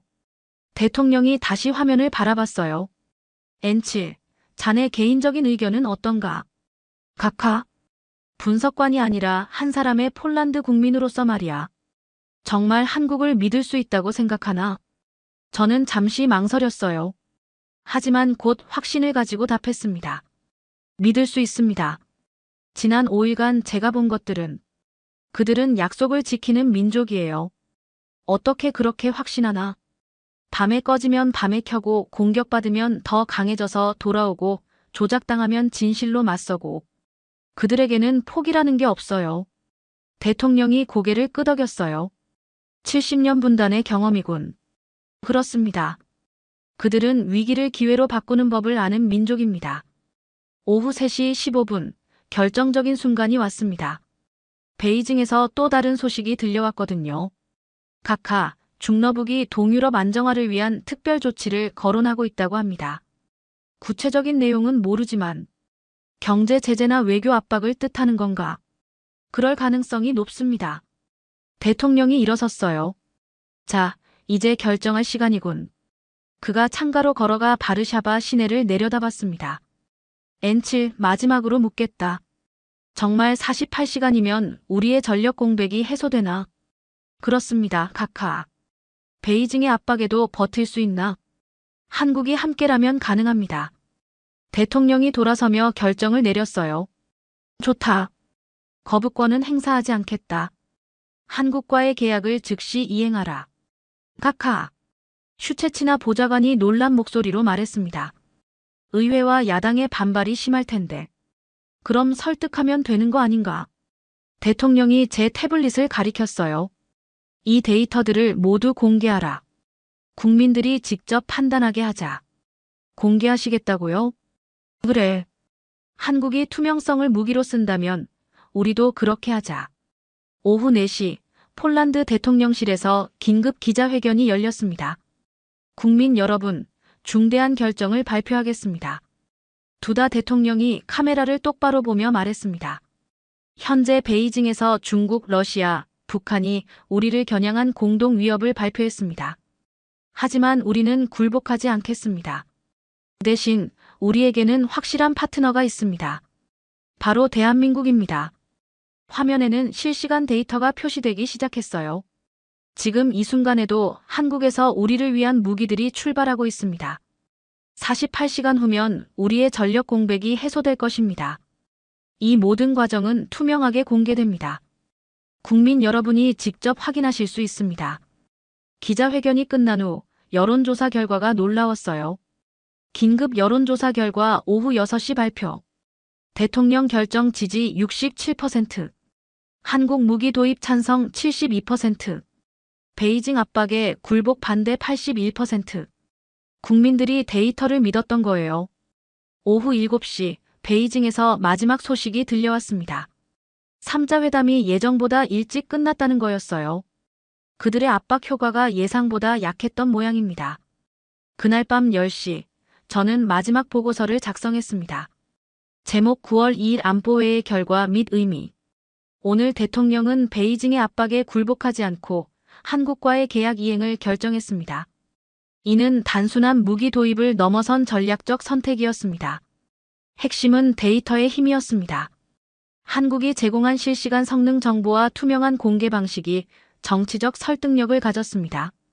숫자는 거짓말을 하지 않으니까요. 결론적으로 오늘은 정치가 말로 움직이는 게 아니라 준비로 움직인다는 것을 보여준 날이었습니다. 그리고 한국이야말로 그런 준비를 완벽하게 갖춘 파트너라는 것을 확인한 날이기도 했습니다. 보고서를 제출하며 저는 안도했습니다. 48시간 후면 우리의 하늘에 태극기가 새겨진 FA-52 날고 우리의 땅에 K2 전차와 K9 자주포가 달릴 거예요. 베이징의 악수가 우리를 위협했지만 한국의 약속이 우리를 지켜낼 겁니다. 이제 마지막 24시간이 남았어요. 9월 3일 오전 6시, 저는 그단스크 항구로 향하는 기차 안에 있었습니다. 오늘 오후 2시 47분, 한국에서 출발한 첫 번째 선박이 도착할 예정이었거든요. 정확히 48시간이었어요. 기차가 바르샤바를 떠나면서 저는 창밖 풍경을 바라봤습니다. 평화로운 폴란드 평야가 펼쳐져 있었어요. 하지만 몇 시간 후면 이 땅을 지킬 새로운 무기들이 도착할 거라는 생각에 가슴이 뛰었습니다. 오전 8시, 그단스크 항구 도착. 항구는 이미 분주했어요. 폴란드 국방부 BBN 그리고 한국 측 관계자들이 모두 모여 있었습니다. 김정호 DAPA 팀장도 새벽 비행기로 바르샤바에서 합류했더군요. 엔칠님, 오늘이 역사적인 날이 될 것 같습니다. 김 팀장이 웃으며 말했어요. 정말 시간에 맞춰 도착할까요? 물론입니다. 우리 해운회사는 시간 약속을 어긴 적이 없어요. 그가 태블릿을 보여줬습니다. 화면에는 MVHOEGH 트레이서의 실시간 위치가 표시되고 있었어요. 현재 위치 5423엔 1838이 예상 도착 144,723. 23분 일찍 적재물 K2 전차 세대, K9 자주포 2문, FA-50 부품 1세트. 일찍 도착하네요. 바람이 순조로웠거든요. 하지만 정확히 약속 시간에 접안할 겁니다. 한국의 정확성이었어요. 오전 10시 베이징에서 소식이 들려왔습니다. 3자 정상회담이 예정보다 일찍 끝났다는 거였어요. 공동성명도 예상보다 약했고요. 베이징 3자 공동성명 최종판. 중국, 러시아, 조선민주주의인민공화국은 지역 평화와 안정을 위해 지속적으로 협력해 나갈 것임을 재확인한다. 우리는 모든 국가들이 신중하고 건설적인 접근을 통해 지역 균형을 유지해 나가기를 희망한다. 처음 위협적이던 톤에 비하면 많이 약해진 내용이었어요. 압박 효과가 없었네요. 김 팀장이 분석했습니다. 폴란드가 굴복하지 않자 다른 수를 찾아야 했던 것 같아요. 오전 11시, 흥미로운 소식이 들려왔습니다. 트럼프 대통령이 폴란드의 결정을 공식 지지한다고 발표한 거예요. 트럼프 대통령 성명. 폴란드의 현명한 결정을 환영한다. 한국은 미국의 가장 믿을만한 동맹국이며 폴란드 또한 나토의 핵심 파트너다. 이번 협력은 완벽한 역할 분담의 사례가 될 것이다. 전략적 보장은 미국이, 즉시 전력화는 한국이 담당하는 새로운 동맹 모델이다. 미국이 공식적으로 우리 편을 든 거였어요. 정오 12시, 또 다른 변화가 일어났습니다. 독일, 프랑스, 영국이 연쇄적으로 폴란드의 결정을 지지한다고 발표한 거예요. 독일 국방장관 성명 폴란드의 신속한 대응을 높이 평가한다. 한국 무기 체계는 나토 표준에 완전히 부합한다. 프랑스 외무부 성명 유럽의 안보를 위한 현실적 선택이다. 한국과 폴란드의 협력을 지지한다. 영국 국방부 성명 한국의 방산 기술은 세계 최고 수준이다. 폴란드의 전력 강화는 유럽 전체의 안보에 기여할 것이다. 유럽 전체가 우리를 지지하기 시작한 거였어요. 오후 1시 베이징에서 마지막 소식이 들려왔습니다. 푸틴과 김정은이 예정된 군사 퍼레이드 참관을 취소하고 일찍 귀국한다는 거였어요. 완전히 김이 빠진 모양이네요. 저는 속으로 생각했어요. 오후 2시 30분, 드디어 수평선에 MVHOEGH 트레이서가 나타났습니다. 저기 보입니다. 김 팀장이 망원경으로 확인하며 소리쳤어요. 정확히 시간에 맞춰 오고 있어요. 오후 2시 47분. 48시간 약속 시간에 정확히 선박이 접안했습니다. 그단스크 항구에 모인 모든 사람들이 박수를 쳤어요. 폴란드 관계자들, 한국 기술진들, 그리고 취재진까지. 대한민국은 약속을 지키는 나라입니다. 김 팀장이 자랑스럽게 말했습니다. 선박에서 첫 번째로 내린 건 K2 전차였어요. 거대한 크레인이 천천히 흑표 전차를 들어올렸습니다. 포장을 벗겨내자 태극기와 폴란드 국기가 새겨진 K2의 모습이 드러났어요. 아름답네요. 코발스키 BBN 국장이 감탄했습니다. 다음은 K9 자주포 차례였어요. 155mm 포신이 햇빛에 반짝이며 위풍당당한 모습을 보여줬습니다.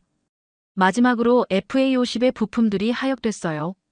조립하는데 6시간이면 충분하다고 했습니다. 오후 4시 모든 하역이 완료됐습니다. 김 팀장이 최종 보고를 했어요. 48시간 3분 만에 완료됐습니다. 약속보다 3분 늦었네요. 죄송합니다. 3분 늦었다고 사과하는 한국인의 모습에 모든 폴란드 관계자들이 웃음을 터뜨렸어요. 오후 6시 첫 번째 시험 운행이 시작됐습니다. K2 전차가 그단스크 인근 훈련장에서 시동을 걸었어요. 엔진 소리가 우렁차게 울렸습니다. 시스템 점검 완료.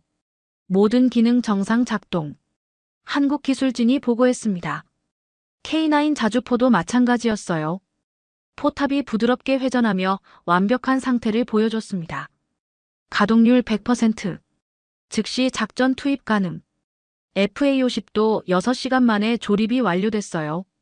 그리고 곧바로 시험 비행에 성공했습니다. 이륙부터 착륙까지 완벽합니다. 모든 시스템 정상. 오후 8시 모든 시험이 끝났습니다. 48시간 만에 폴란드의 전력 공백이 완전히 해소된 거였어요. 그날 밤 9시 바르샤바로 돌아가는 기차 안에서 저는 그날의 의미를 생각해봤습니다. 베이징에서 세계국이 손잡고 우리를 압박하려 했지만 결국 실패했어요. 한국이 약속한 48시간이 그들의 모든 계획을 무너뜨렸거든요. 시간이 정말 전력이었습니다. 더 중요한 건 이 과정에서 새로운 동맹의 모델이 탄생했다는 점이었어요. 미국이 전략적 보장을 담당하고 한국이 즉시 전력화를 책임지는 구조. 이는 기존의 동맹 체계를 넘어선 혁신이었습니다. 밤 11시 바르샤바 도착. 저는 BBM 본부로 돌아가 마지막 보고서를 작성했습니다. 제목 시간표 기반 배치 완료 및 종합평가. 2025년 9월 3일 오후 2시 47분. 한국에서 출발한 첫 번째 무기가 그단스크 항에 도착했습니다. 정확히 48시간 약속을 지킨 것입니다. 이로써 8월 28일 라돔 F-16 추락으로 시작된 폴란드의 전력 공백이 완전히 해소됐습니다. 베이징에서의 3자 회담 압박도 무력화됐습니다. 하지만 이것은 단순한 무기 도입을 넘어선 의미가 있습니다. 한국이 보여준 것은 시간을 전력으로 바꾸는 능력이었습니다. 약속한 시간에 약속한 성능의 무기를 제공하는 것. 이것이야말로 21세기 동맹의 새로운 모델입니다. 결론적으로 지난 6일간 저는 강대국들의 배신과 동맹, 압박과 협력의 모든 과정을 목격했습니다. 그리고 그 중심에서 한국이 완벽한 균형추 역할을 해냈다는 것을 확인했습니다. 이런 진실이 역사에 묻혀서는 안 됩니다. 보고서를 제출한 후 저는 창밖의 바르샤바 야경을 바라봤습니다. 누군가는 베이징에서 회담을 하고 누군가는 지금 굴린다는 최준호 소령의 말이 떠올랐어요. 전쟁을 겪은 나라만이 진짜 전쟁을 억제하는 무기를 만든다는 이태성 씨의 말도요. 그리고 한국이 바로 그런 나라라는 것을 저는 이제 확신했습니다. 제 이름은 N7입니다. 이 이야기가 의심스럽다면 로그를 열어보십시오. 모든 타임스탬프와 데이터가 진실을 말해줄 것입니다. 시간이 곧 전력이라는 것을, 그리고 한국이 그 시간을 완벽하게 지켜낸다는 것을 말이에요. 지금까지 N-7의 증언을 들어보셨습니다. 5개 강대국이 서로 배신하고 압박하는 와중에 한국이 보여준 것은 단순한 무기가 아니라 약속을 지키는 힘이었습니다. 48시간이라고 하면 정말 48시간에 밤에 고장나면 밤에 고치고 투명성으로 모든 조작을 이겨내는 그런 나라 말이죠.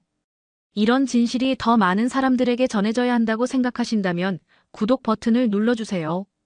그리고 좋아요로 여러분의 마음을 보여주시면 더 많은 숨겨진 이야기를 발굴해서 전해드리겠습니다. 다음 영상에서는 또 어떤 놀라운 진실이 여러분을 기다리고 있을까요? 구독하고 알림 설정까지 해두시면 놓치지 않으실 거예요. 감사합니다. underway after a man was shot and killed by LAPD officers overnight. Police say it happened during a traffic stop on Imperial Highway near Broadway. Driver got out of the car, allegedly armed, and an officer opened fire. The man was taken to a hospital but did not survive. It's unclear what led to the shooting. No officers were hurt. 안녕하세요. 제 이름은 사라 맥컬로우입니다. 지금부터 들려드릴 이야기는 제 인생을 완전히 바꿔놓은 실화입니다. 한 마리의 개, 그것도 한국에서 온 진돗개가 어떻게 미국 경찰 시스템 전체를 뒤바꿔 놓았는지에 대한 이야기죠. 저는 15년간 DEA, 즉 미국 마약단속청에서 특수요원으로 일했어요. 시카고 대학에서 심리학을 전공했고 FBI 아카데미를 수석으로 졸업한 엘리트였죠. 하지만 제게는 누구도 모르는 깊은 비밀이 있었습니다. 바로 개 공포증이었어요. 이 이야기는 제가 7살 때로 거슬러 올라가요. 시카고 교외의 조용한 주택가에서 자란 저는 어느 여름날 이웃집을 놀러 갔다가 끔찍한 일을 당했어요. 이웃집에서 기르던 로트와일러가 갑자기 저에게 달려들어 다리를 물어뜯은 거예요. 그 개는 40kg이 넘는 거대한 개였는데 어린 저를 바닥에 쓰러뜨리고는 계속해서 물어댔어요. 저는 피를 흘리면서 비명을 질렀지만 그 개는 멈추지 않았죠. 다행히 이웃 아저씨가 달려와서 구해주었지만 저는 다리에 18바늘을 꿰매야 했어요. 그 사건 이후로 저는 개만 보면 온몸이 굳어버렸어요. 심장이 터질 듯이 뛰고 식은땀이 흘렀죠. 길에서 작은 개를 만나도 다른 길로 돌아갔어요.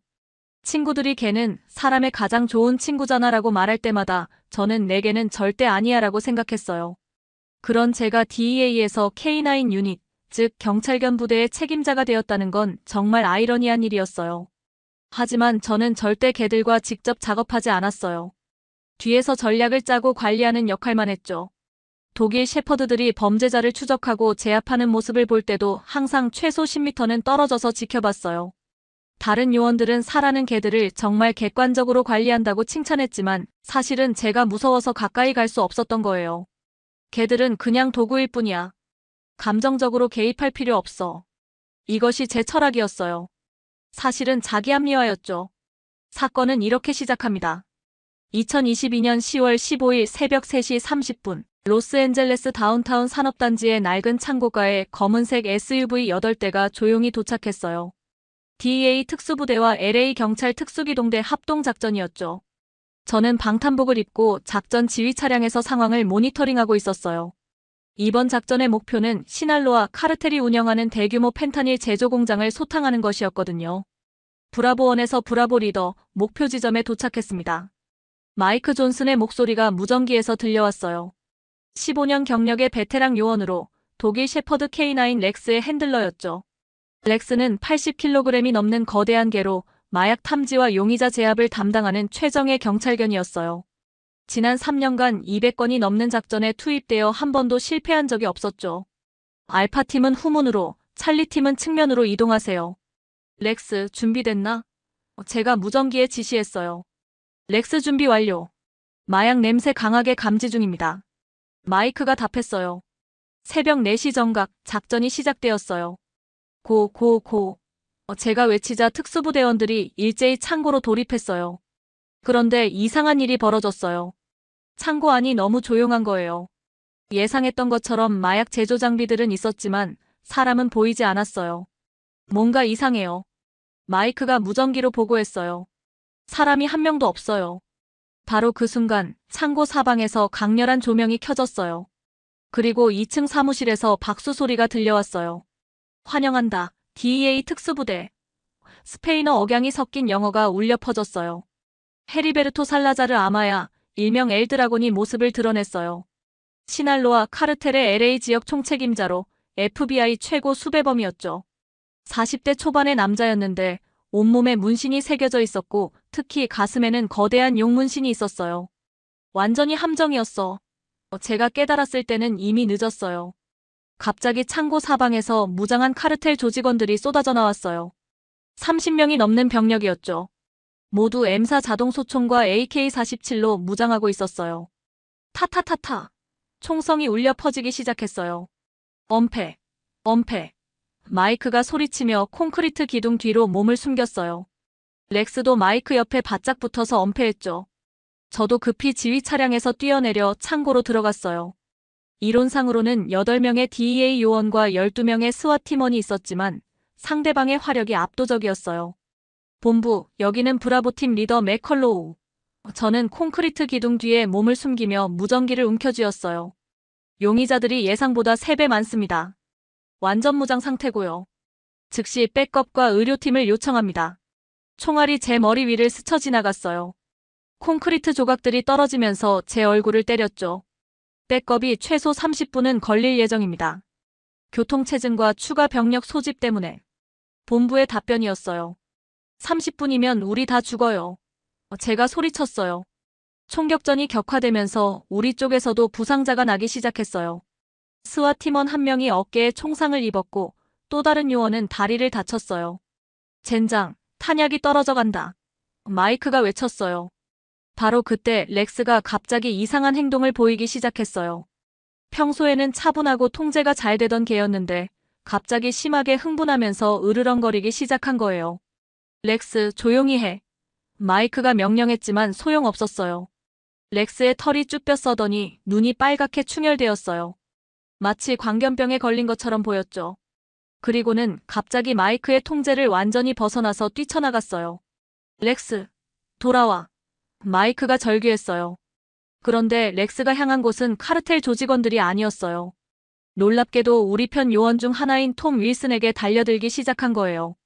톰은 5년 경력의 요원으로 이번 작전의 정보 수집을 담당했던 사람이었어요.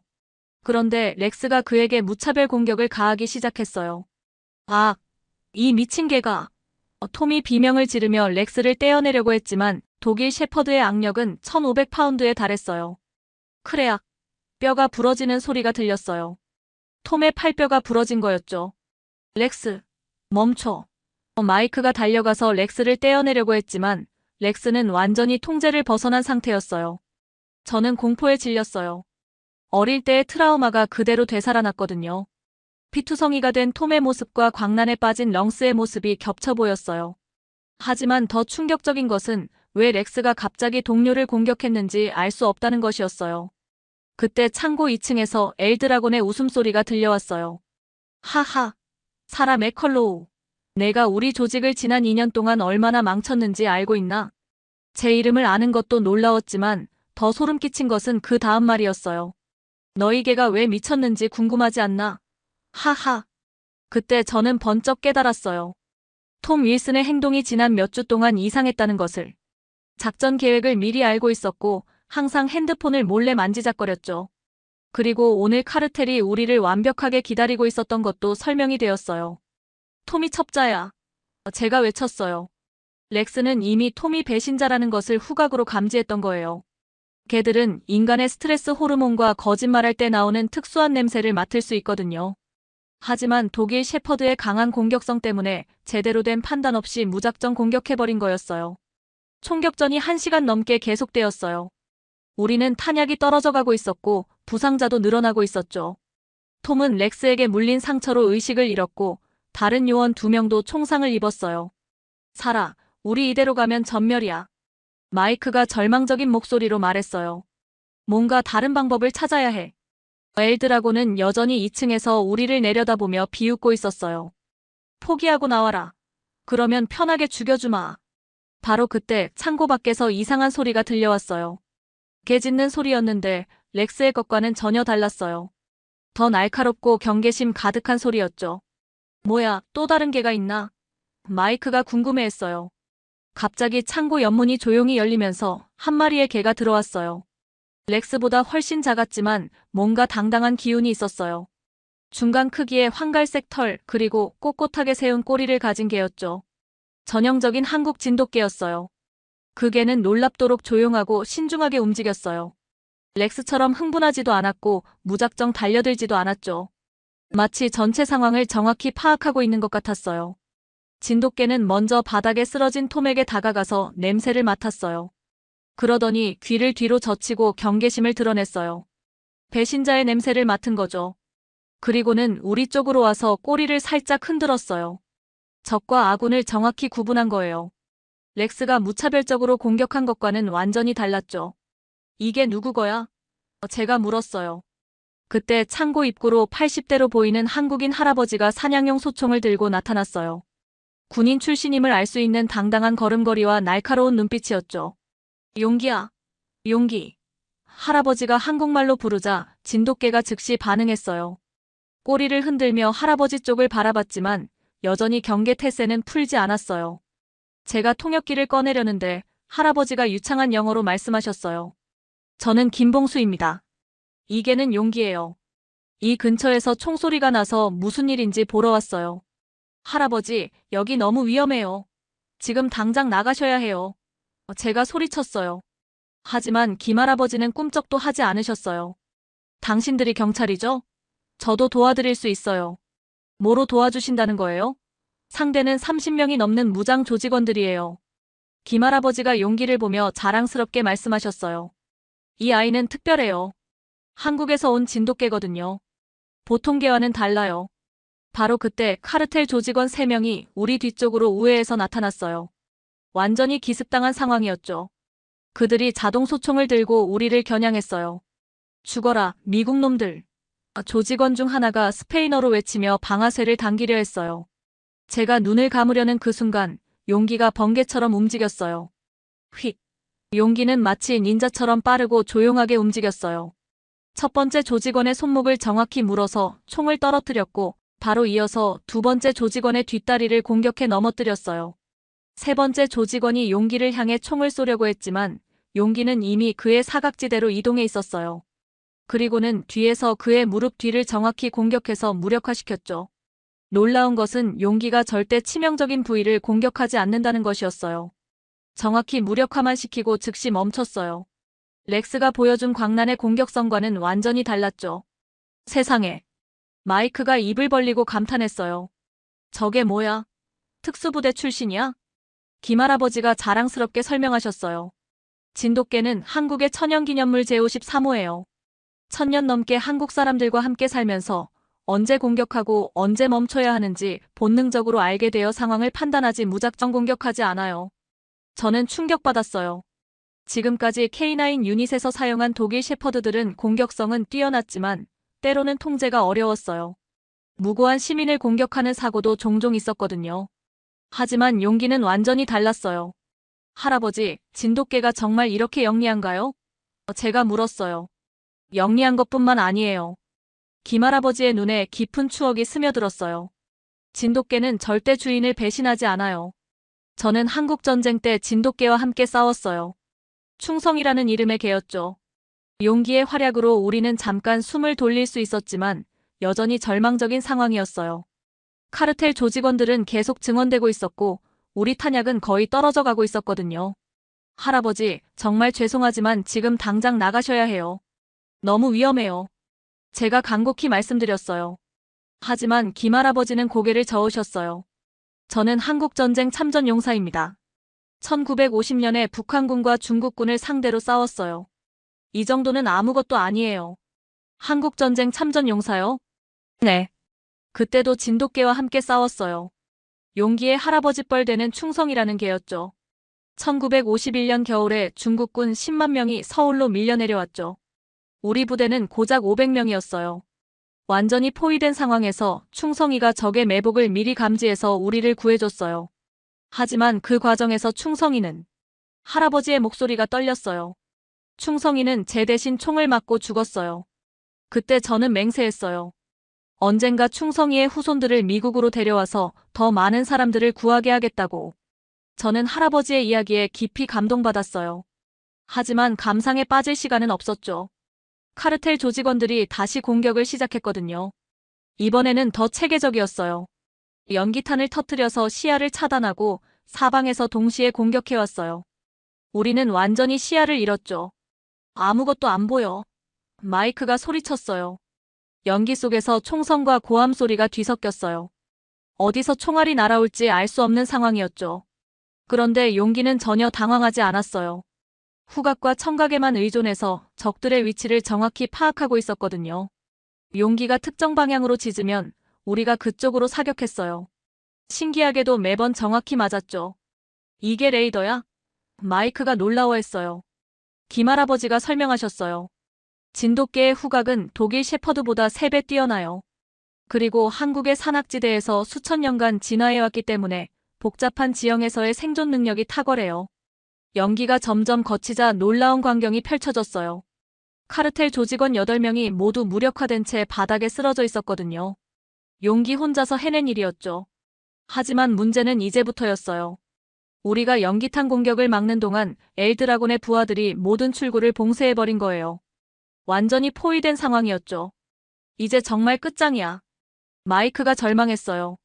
그때 용기가 이상한 행동을 보이기 시작했어요. 창고 한쪽 구석으로 계속 가려고 하면서 바닥을 킁킁 냄새 맡는 거예요. 용기가 뭔가 찾고 있는 것 같아요. 제가 말했어요. 김할아버지가 용기를 따라가셨어요. 그리고는 놀라운 것을 발견하셨죠. 여기 비밀 통로가 있어요. 창고 바닥에 숨겨진 지하 출입구였어요. 두꺼운 철판으로 덮여 있어서 눈으로는 전혀 보이지 않았는데 용기가 후각으로 찾아낸 거였죠. 정말 있네. 마이크가 철판을 열어젖히며 감탄했어요. 이걸로 빠져나갈 수 있겠어요? 하지만 엘드라곤이 우리 대화를 들었어요. 도망칠 생각 마라. 그가 2층에서 소리쳤어요. 이 건물은 내가 20년 전부터 써온 곳이야. 지하 통로가 어디로 연결되는지 다 알고 있다. 어디로 가든 다 막혀 있어. 하지만 다른 선택이 없었어요. 우리는 차례로 지하 통로로 내려갔어요. 용기가 가장 먼저 내려가서 안전한지 확인했죠.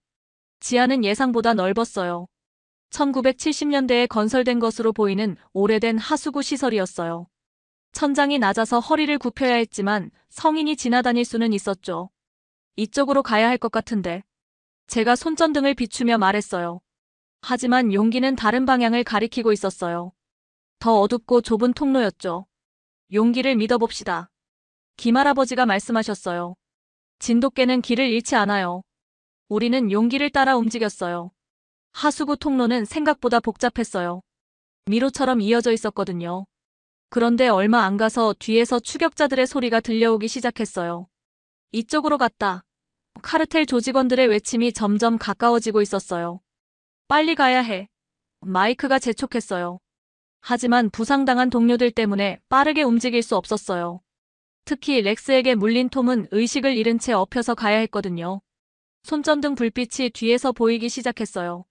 추격자들이 점점 가까워지고 있었죠. 여기 있다. 카르텔 조직원들의 목소리가 들려왔어요. 타타타타. 총성이 다시 울려 퍼졌어요. 좁은 하수구 통로에서 총알이 벽에 부딪히는 소리가 무서웠죠. 용기는 우리를 더 깊은 곳으로 안내했어요. 점점 어두워지고 습해지는 곳이었죠. 그리고는 갑자기 멈춰 섰어요. 앞에 거대한 지하 공간이 나타난 거예요. 여기가 어디죠? 제가 물었어요. 김할아버지가 주변을 살펴보시더니 말씀하셨어요. 오래된 지하철 공사 현장 같네요. 아마 70년대에 만들다가 중단된 것 같아요. 정말로 거대한 지하 공간이었어요. 천장도 높고 넓었죠. 하지만 문제가 있었어요. 출구는 우리가 온 길 하나뿐이었거든요. 완전히 막다른 길이었어요. 이제 정말 끝이야. 마이크가 절망적으로 말했어요. 추격자들의 발소리가 점점 가까워지고 있었어요. 곧 이곳으로 들이닥칠 게 뻔했죠. 몇 분 후 카르텔 조직원들이 지하 공간 입구에 나타났어요. 이번에는 엘드라곤도 직접 왔죠. 이제 도망갈 곳도 없군. 엘드라곤이 비웃으며 말했어요. 특히 그 한국계. 내 부하들을 많이 다치게 했으니까 특별히 고통스럽게 죽여주마. 그가 용기를 향해 금도금된 권총을 겨누는 순간 저는 본능적으로 용기 앞을 막아섰어요. 평생 개를 무서워했던 제가 말이에요. 내가 왜 개를 보호하고 있지? 저는 스스로도 놀라웠어요. 하지만 용기와 함께 보낸 몇 시간 동안 뭔가가 변했어요. 이 개는 단순한 동물이 아니었어요. 지능적이고 용감하고 무엇보다 절대 포기하지 않는 의지를 가지고 있었죠. 미국년이 개를 구하려고 하네. 엘드라곤이 웃었어요. 좋아, 둘 다 함께 죽어라. 바로 그때 용기가 갑자기 천장을 올려다보며 짖기 시작했어요. 귀를 쫑긋 세우고 뭔가 들리는 것 같았죠. 뭐지? 제가 궁금해하는 순간 천장에서 거대한 소음이 들려왔어요. 웅웅웅웅. 헬리콥터 소리였어요. 백업이 왔다. 마이크가 외쳤어요. 쾅, 쾅, 쾅. 천장이 뚫리면서 DEA 특수부대원들이 로프를 타고 내려왔어요. 20명이 넘는 완전 무장 특수부대였죠. 모두 최신 장비로 무장하고 있었어요. DEA 특수부대. 모두 무기 버리고 손들어. 엘드라곤의 얼굴이 일그러졌어요. 젠장, 어떻게 여기를 찾았지? 그때 김할아버지가 자랑스럽게 말씀하셨어요. 용기가 미리 알고 있었어요. 진돗개는 헬리콥터 소리를 1km 밖에서도 들을 수 있거든요. 그래서 천장을 보고 짖은 거예요. 총격전이 다시 시작되었어요. 하지만 이번에는 상황이 완전히 달랐죠. 특수부대의 압도적인 화력 앞에서 카르텔 조직원들이 하나둘씩 항복하기 시작했어요. 하지만 엘드라곤은 끝까지 저항했어요. 그는 마지막 수단으로 김할아버지를 인질로 붙잡았죠. 한 발짝만 더 오면 이 늙은 한국인을 죽인다. 엘드라곤이 할아버지의 목에 칼을 들이댔어요. 저는 절망했어요. 김할아버지 때문에 작전이 실패할 수도 있는 상황이었거든요. 그런데 바로 그때 예상치 못한 일이 벌어졌어요. 렉스가 의식을 회복하고 일어난 거예요. 지하로 내려올 때 엎혀서 온 렉스가 총성을 듣고 깨어난 거죠. 렉스는 여전히 흥분 상태였어요. 주변의 모든 것을 적으로 인식하고 있었죠. 그리고는 가장 가까이 있던 용기에게 달려들기 시작했어요. 렉스, 안 돼. 마이크가 외쳤지만 소용없었어요. 80kg의 거대한 독일 셰퍼드와 25kg의 진돗개. 체중 차이가 3배 이상 났어요. 보통이라면 진돗개가 상대가 될 수 없는 상황이었죠. 모든 사람들이 숨을 죽이고 지켜봤어요. 엘드라곤도 인질극을 잠시 멈추고 개들의 대결을 보고 있었어요. 렉스가 거대한 몸집으로 용기에게 달려들었어요. 그 순간 용기가 보여준 움직임은 정말 예술이었어요. 용기는 렉스의 정면 공격을 정면으로 맞받지 않았어요. 대신 마지막 순간에 옆으로 몸을 틉겨서 렉스의 공격을 피했죠. 렉스는 관성 때문에 그대로 벽에 부딪혔어요. 그리고 용기는 즉시 반격했어요. 하지만 렉스의 급소를 노리지 않고 뒷다리를 정확히 공격해서 균형을 잃게 만들었어요. 렉스가 비틀거리자 용기는 재빨리 렉스의 뒤쪽으로 돌아갔어요. 그리고는 렉스의 목덜미를 살짝 물었어요. 치명적이지 않은, 그저 제압하는 정도의 힘으로요. 렉스는 더 이상 저항할 수 없었어요. 용기의 이빨이 목덜미에 닿아 있는 상황에서는 움직일 수가 없었거든요. 세상에. 마이크가 입을 벌리고 놀라워했어요. 저 작은 개가 렉스를 이겼어? 김할아버지가 자랑스럽게 말씀하셨어요. 크기가 중요한 게 아니에요. 진돗개는 머리로 싸워요. 무작정 힘으로만 덤비지 않아요.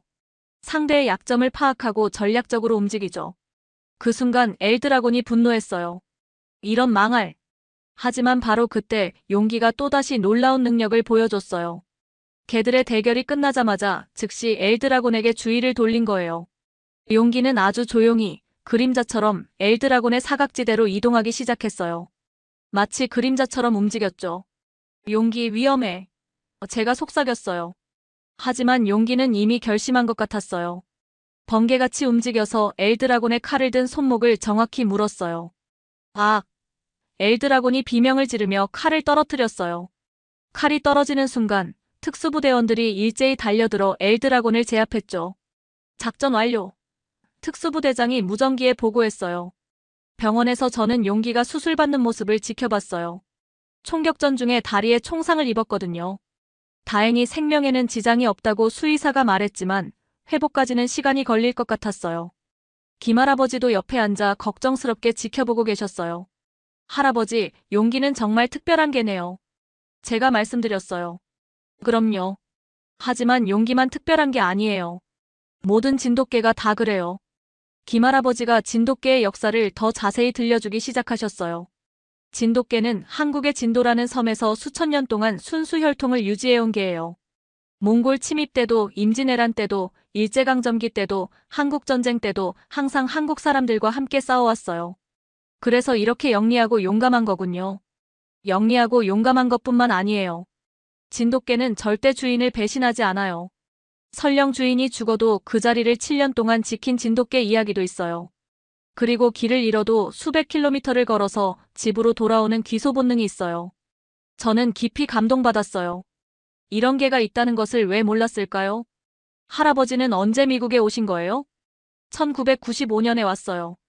딸이 LA에서 결혼해서 살고 있거든요. 그때 충성이의 후손인 용기의 아버지를 데리고 왔어요. 그리고 2020년에 용기가 태어났죠. 며칠 후 용기가 회복되었을 때 저는 중요한 결정을 내렸어요. 할아버지, 용기를 DEA에서 정식으로 채용하고 싶어요. 정말요? 네. 그리고 할아버지께서 진돗개 전문 트레이너가 되어주셨으면 해요. 미국에도 진돗개 K9 프로그램이 필요해요. 김할아버지의 눈에 눈물이 맺혔어요. 정말 기쁘네요. 충성이의 후손들이 드디어 인정받는군요. 할아버지가 한국에서 더 많은 진돗개들을 데려올 수 있을까요? 물론이죠. 진도에는 훌륭한 진돗개들이 많아요. 하지만 한국 정부의 허가가 필요해요. 진돗개는 천연기념물이거든요. 저는 즉시 상부에 보고했어요. 그리고 한국 정부와의 협의를 시작했죠. 6개월 후인 2023년 4월, 로스앤젤레스에 긴급 상황이 발생했어요. 국토안보부에서 극비 정보가 들어온 거였어요. 시날로와 카르텔이 IS 테러 조직과 손을 잡고 LA 시내 곳곳에 폭탄을 설치했다는 것이었죠. 이번 작전은 정말 위험합니다. DEA 국장이 긴급회의에서 말했어요. 테러리스트들이 총 12개의 폭탄을 설치했다고 합니다. 시간은 8시간밖에 없어요. 회의실에는 FBI, CIA, 스와, 폭발물 처리반 등 모든 관련 부서 책임자들이 모여 있었어요. 기존의 탐지 장비로는 한계가 있을 것 같습니다. 폭발물 처리반장이 말했어요. 상대방이 최신 기술을 사용했을 가능성이 높아요. 진돗개의 도움이 절대적으로 필요할 것 같아요. 제가 제안했어요. 지난 6개월 동안 용기와 함께 훈련하면서 저에게 공포증은 완전히 사라졌어요. 이제 용기는 제 최고의 파트너였거든요. 그리고 한국에서 온 추가 진돗개 5마리도 훈련을 마친 상태였어요. 혹시 빠지고 싶으면. 국장이 조심스럽게 말했어요. 아니요. 저는 단호하게 말했어요. 용기와 함께라면 할 수 있어요. 작전은 새벽 3시에 시작되었어요. LA 시내가 6개 구역으로 나뉘어졌고 각 구역에 진돗개 팀이 배치되었어요. 저와 용기는 가장 위험한 다운타운 구역을 담당했죠.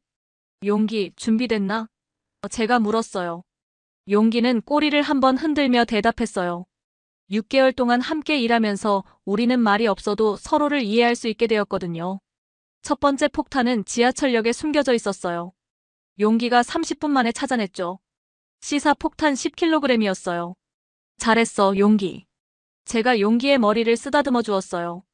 두 번째 폭탄은 쇼핑몰 지하 주차장에 있었어요. 이것도 45분 만에 발견했어요.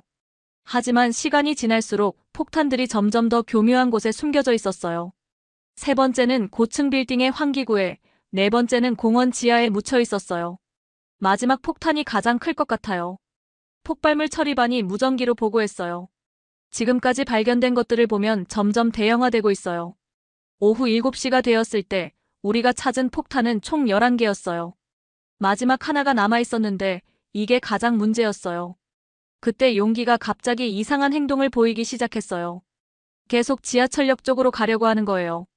하지만 그 지하철역은 이미 수색이 끝난 곳이었어요. 용기, 거기는 이미 확인했잖아. 제가 말했어요.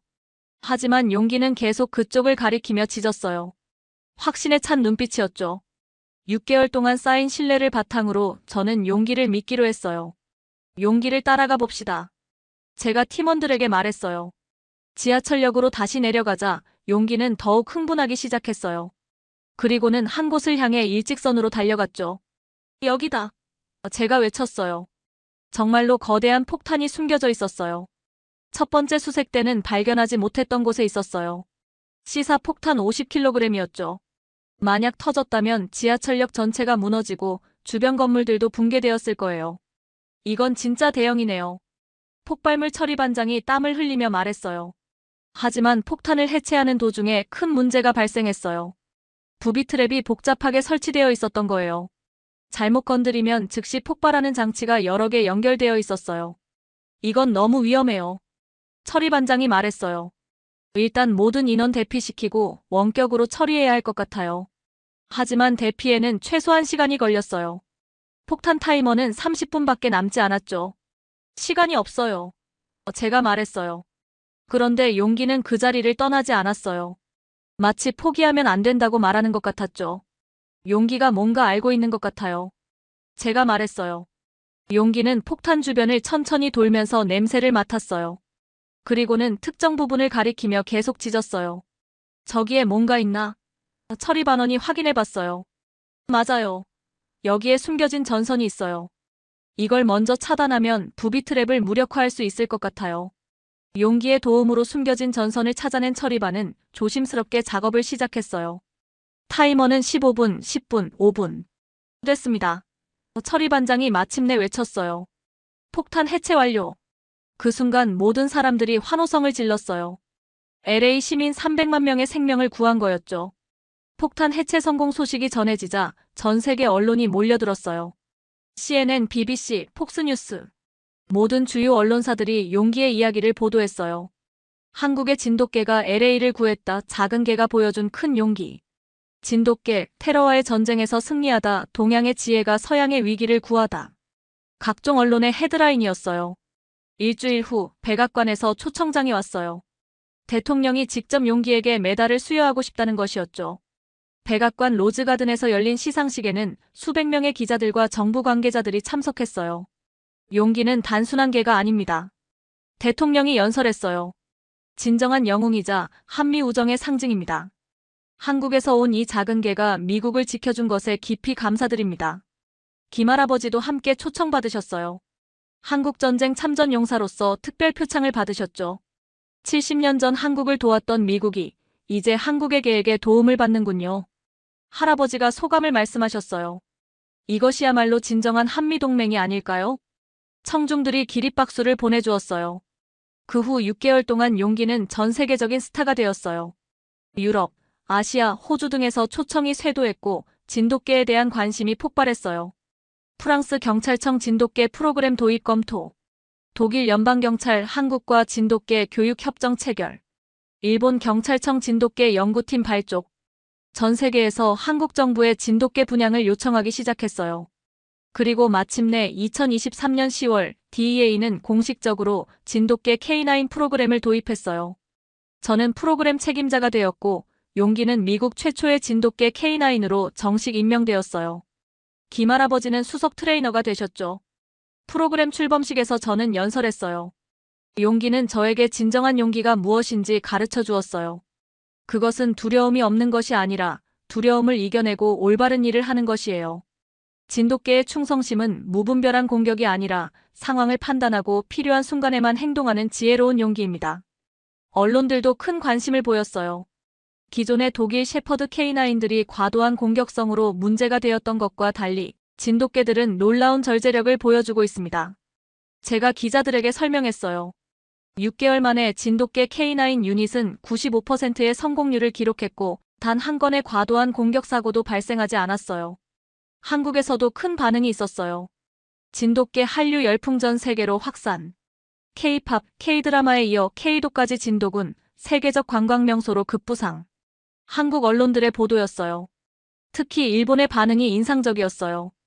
과거 한일 간의 복잡한 역사 때문에 한국 문화에 대해 거부감이 있었는데 진돗개만큼은 예외였어요. 일본 경찰청, 한국 진돗개 도입 추진 아키타견의 나라 일본, 진돗개의 주목.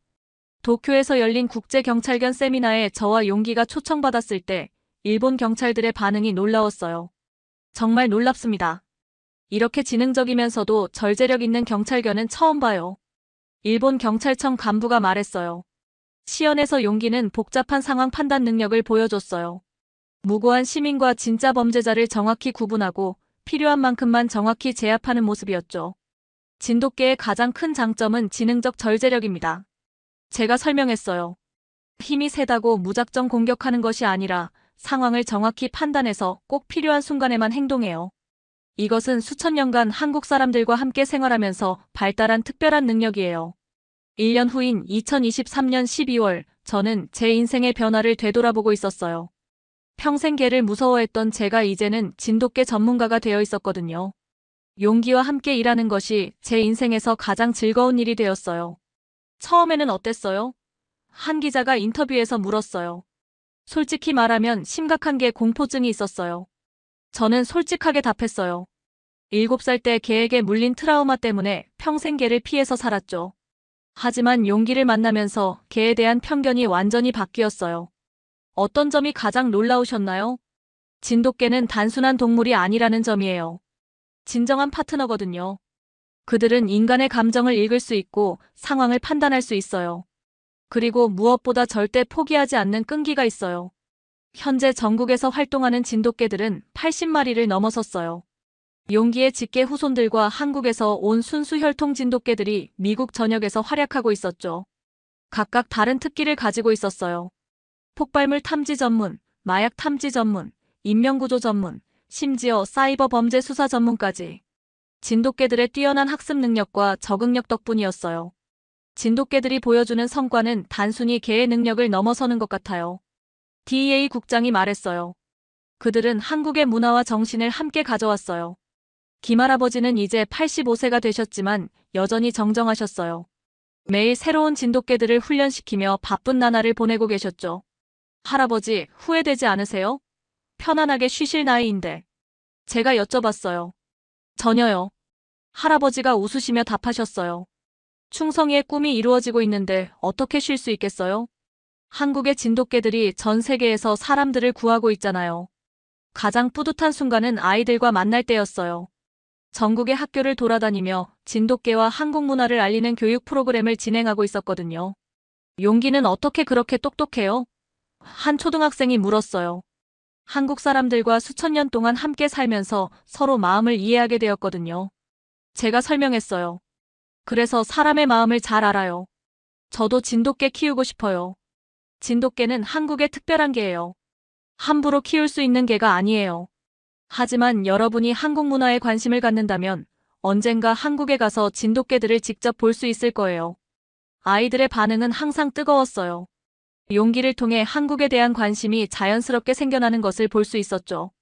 2024년 초 더 놀라운 소식이 전해졌어요. 유엔에서 국제 진돗개 평화 프로그램을 제안한 거였어요. 분쟁 지역에서 진돗개들을 활용해 지뢰 탐지와 인명구조 작업을 하자는 것이었죠.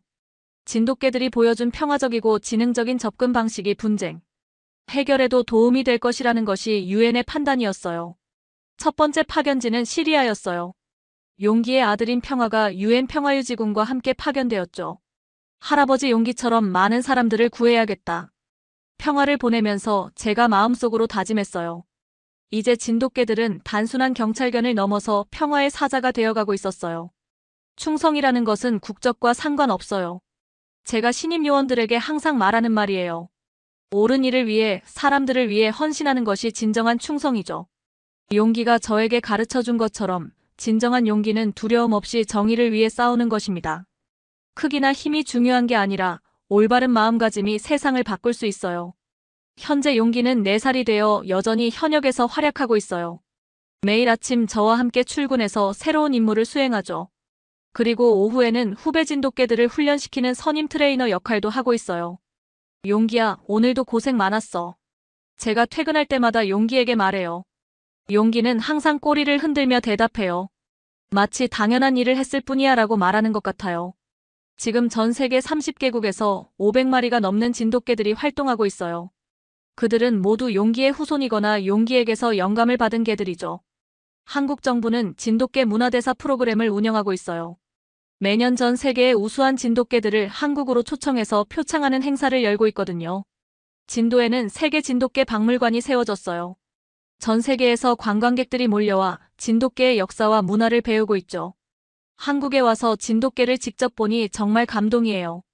독일에서 온 관광객이 말했어요. 이런 훌륭한 개들이 우리나라에서도 활동하고 있다니 자랑스러워요. 진돗개는 이제 한국을 대표하는 문화상품이 되었어요. 한국문화체육관광부 장관이 말했어요. K-팝, K-드라마에 이어 K-도까지 세계적인 한류 콘텐츠가 되었네요.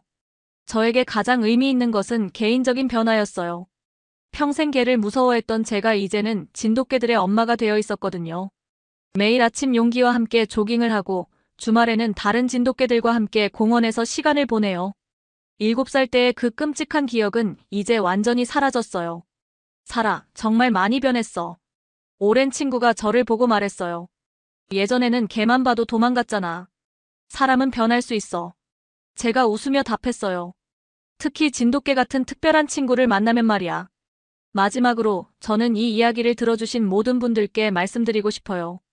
용기의 이야기는 단순히 개에 관한 이야기가 아니에요. 이것은 편견을 극복하고 서로 다른 문화가 만나 아름다운 조화를 이루는 이야기예요. 한국의 작은 섬에서 시작된 진돗개들이 이제 전 세계에서 사람들을 보호하고 있어요. 그들은 국경을 넘나들며 언어와 문화의 차이를 뛰어넘어 사람들의 마음을 이어주고 있죠. 진정한 강함은 크기나 힘에서 나오는 것이 아니라 지혜와 절제력에서 나온다는 것이 용기가 저에게 가르쳐준 가장 중요한 교훈이에요. 그리고 가장 작은 존재라도 올바른 마음가짐을 가지면 세상을 바꿀 수 있다는 것. 여러분도 언젠가 진돗개를 만나게 된다면 그들이 단순한 개가 아니라는 것을 기억해 주세요. 그들은 수천 년의 역사와 문화가 살아 숨쉬는 한국의 보물이에요. 그리고 무엇보다 그들은 우리에게 포기하지 않는 용기가 무엇인지 가르쳐주는 진정한 스승들이에요. 지금도 어딘가에서 진돗개들이 묵묵히 자신의 임무를 다하고 있을 거예요. 테러를 막고 마약을 찾고 실종자를 구조하고 생명을 구하면서 말이죠. 그때마다 사람들은 기억할 거예요. 한국에서 온 작은 개들이 어떻게 세상을 더 안전하고 평화롭게 만들었는지를. 이것이 바로 제가 여러분께 들려드리고 싶었던 이야기예요. 한 마리의 진돗개가 보여준 진정한 용기와 충성의 이야기. 현재 용기는 여전히 제 곁에서 활동하고 있어요. 어제도 새로운 사건 현장에 함께 출동했고 오늘도 후배들을 훈련시키고 있죠. 김봉수 할아버지는 충성이의 꿈이 이루어졌다며 매일 웃으며 지내세요. 진돗개들이 전 세계에서 활약하는 모습을 보실 때마다 자랑스러워 하시거든요. 그리고 저는 평생 개를 무서워했던 제가 이제는 진돗개 전문가가 되어 매일 행복하게 살고 있어요. 이 모든 것이 용기 한 마리로부터 시작되었다는 것이 아직도 믿기지 않아요. 하지만 이것이 바로 기적이겠죠. 작은 개 한 마리가 만들어낸 아름다운 기적 말이에요. 감사합니다. 감동 맛집 구독자 여러분, 오늘의 사연 어떠셨나요? 다음 이야기로 찾아뵙겠습니다. 구독과 좋아요 잊지 마세요.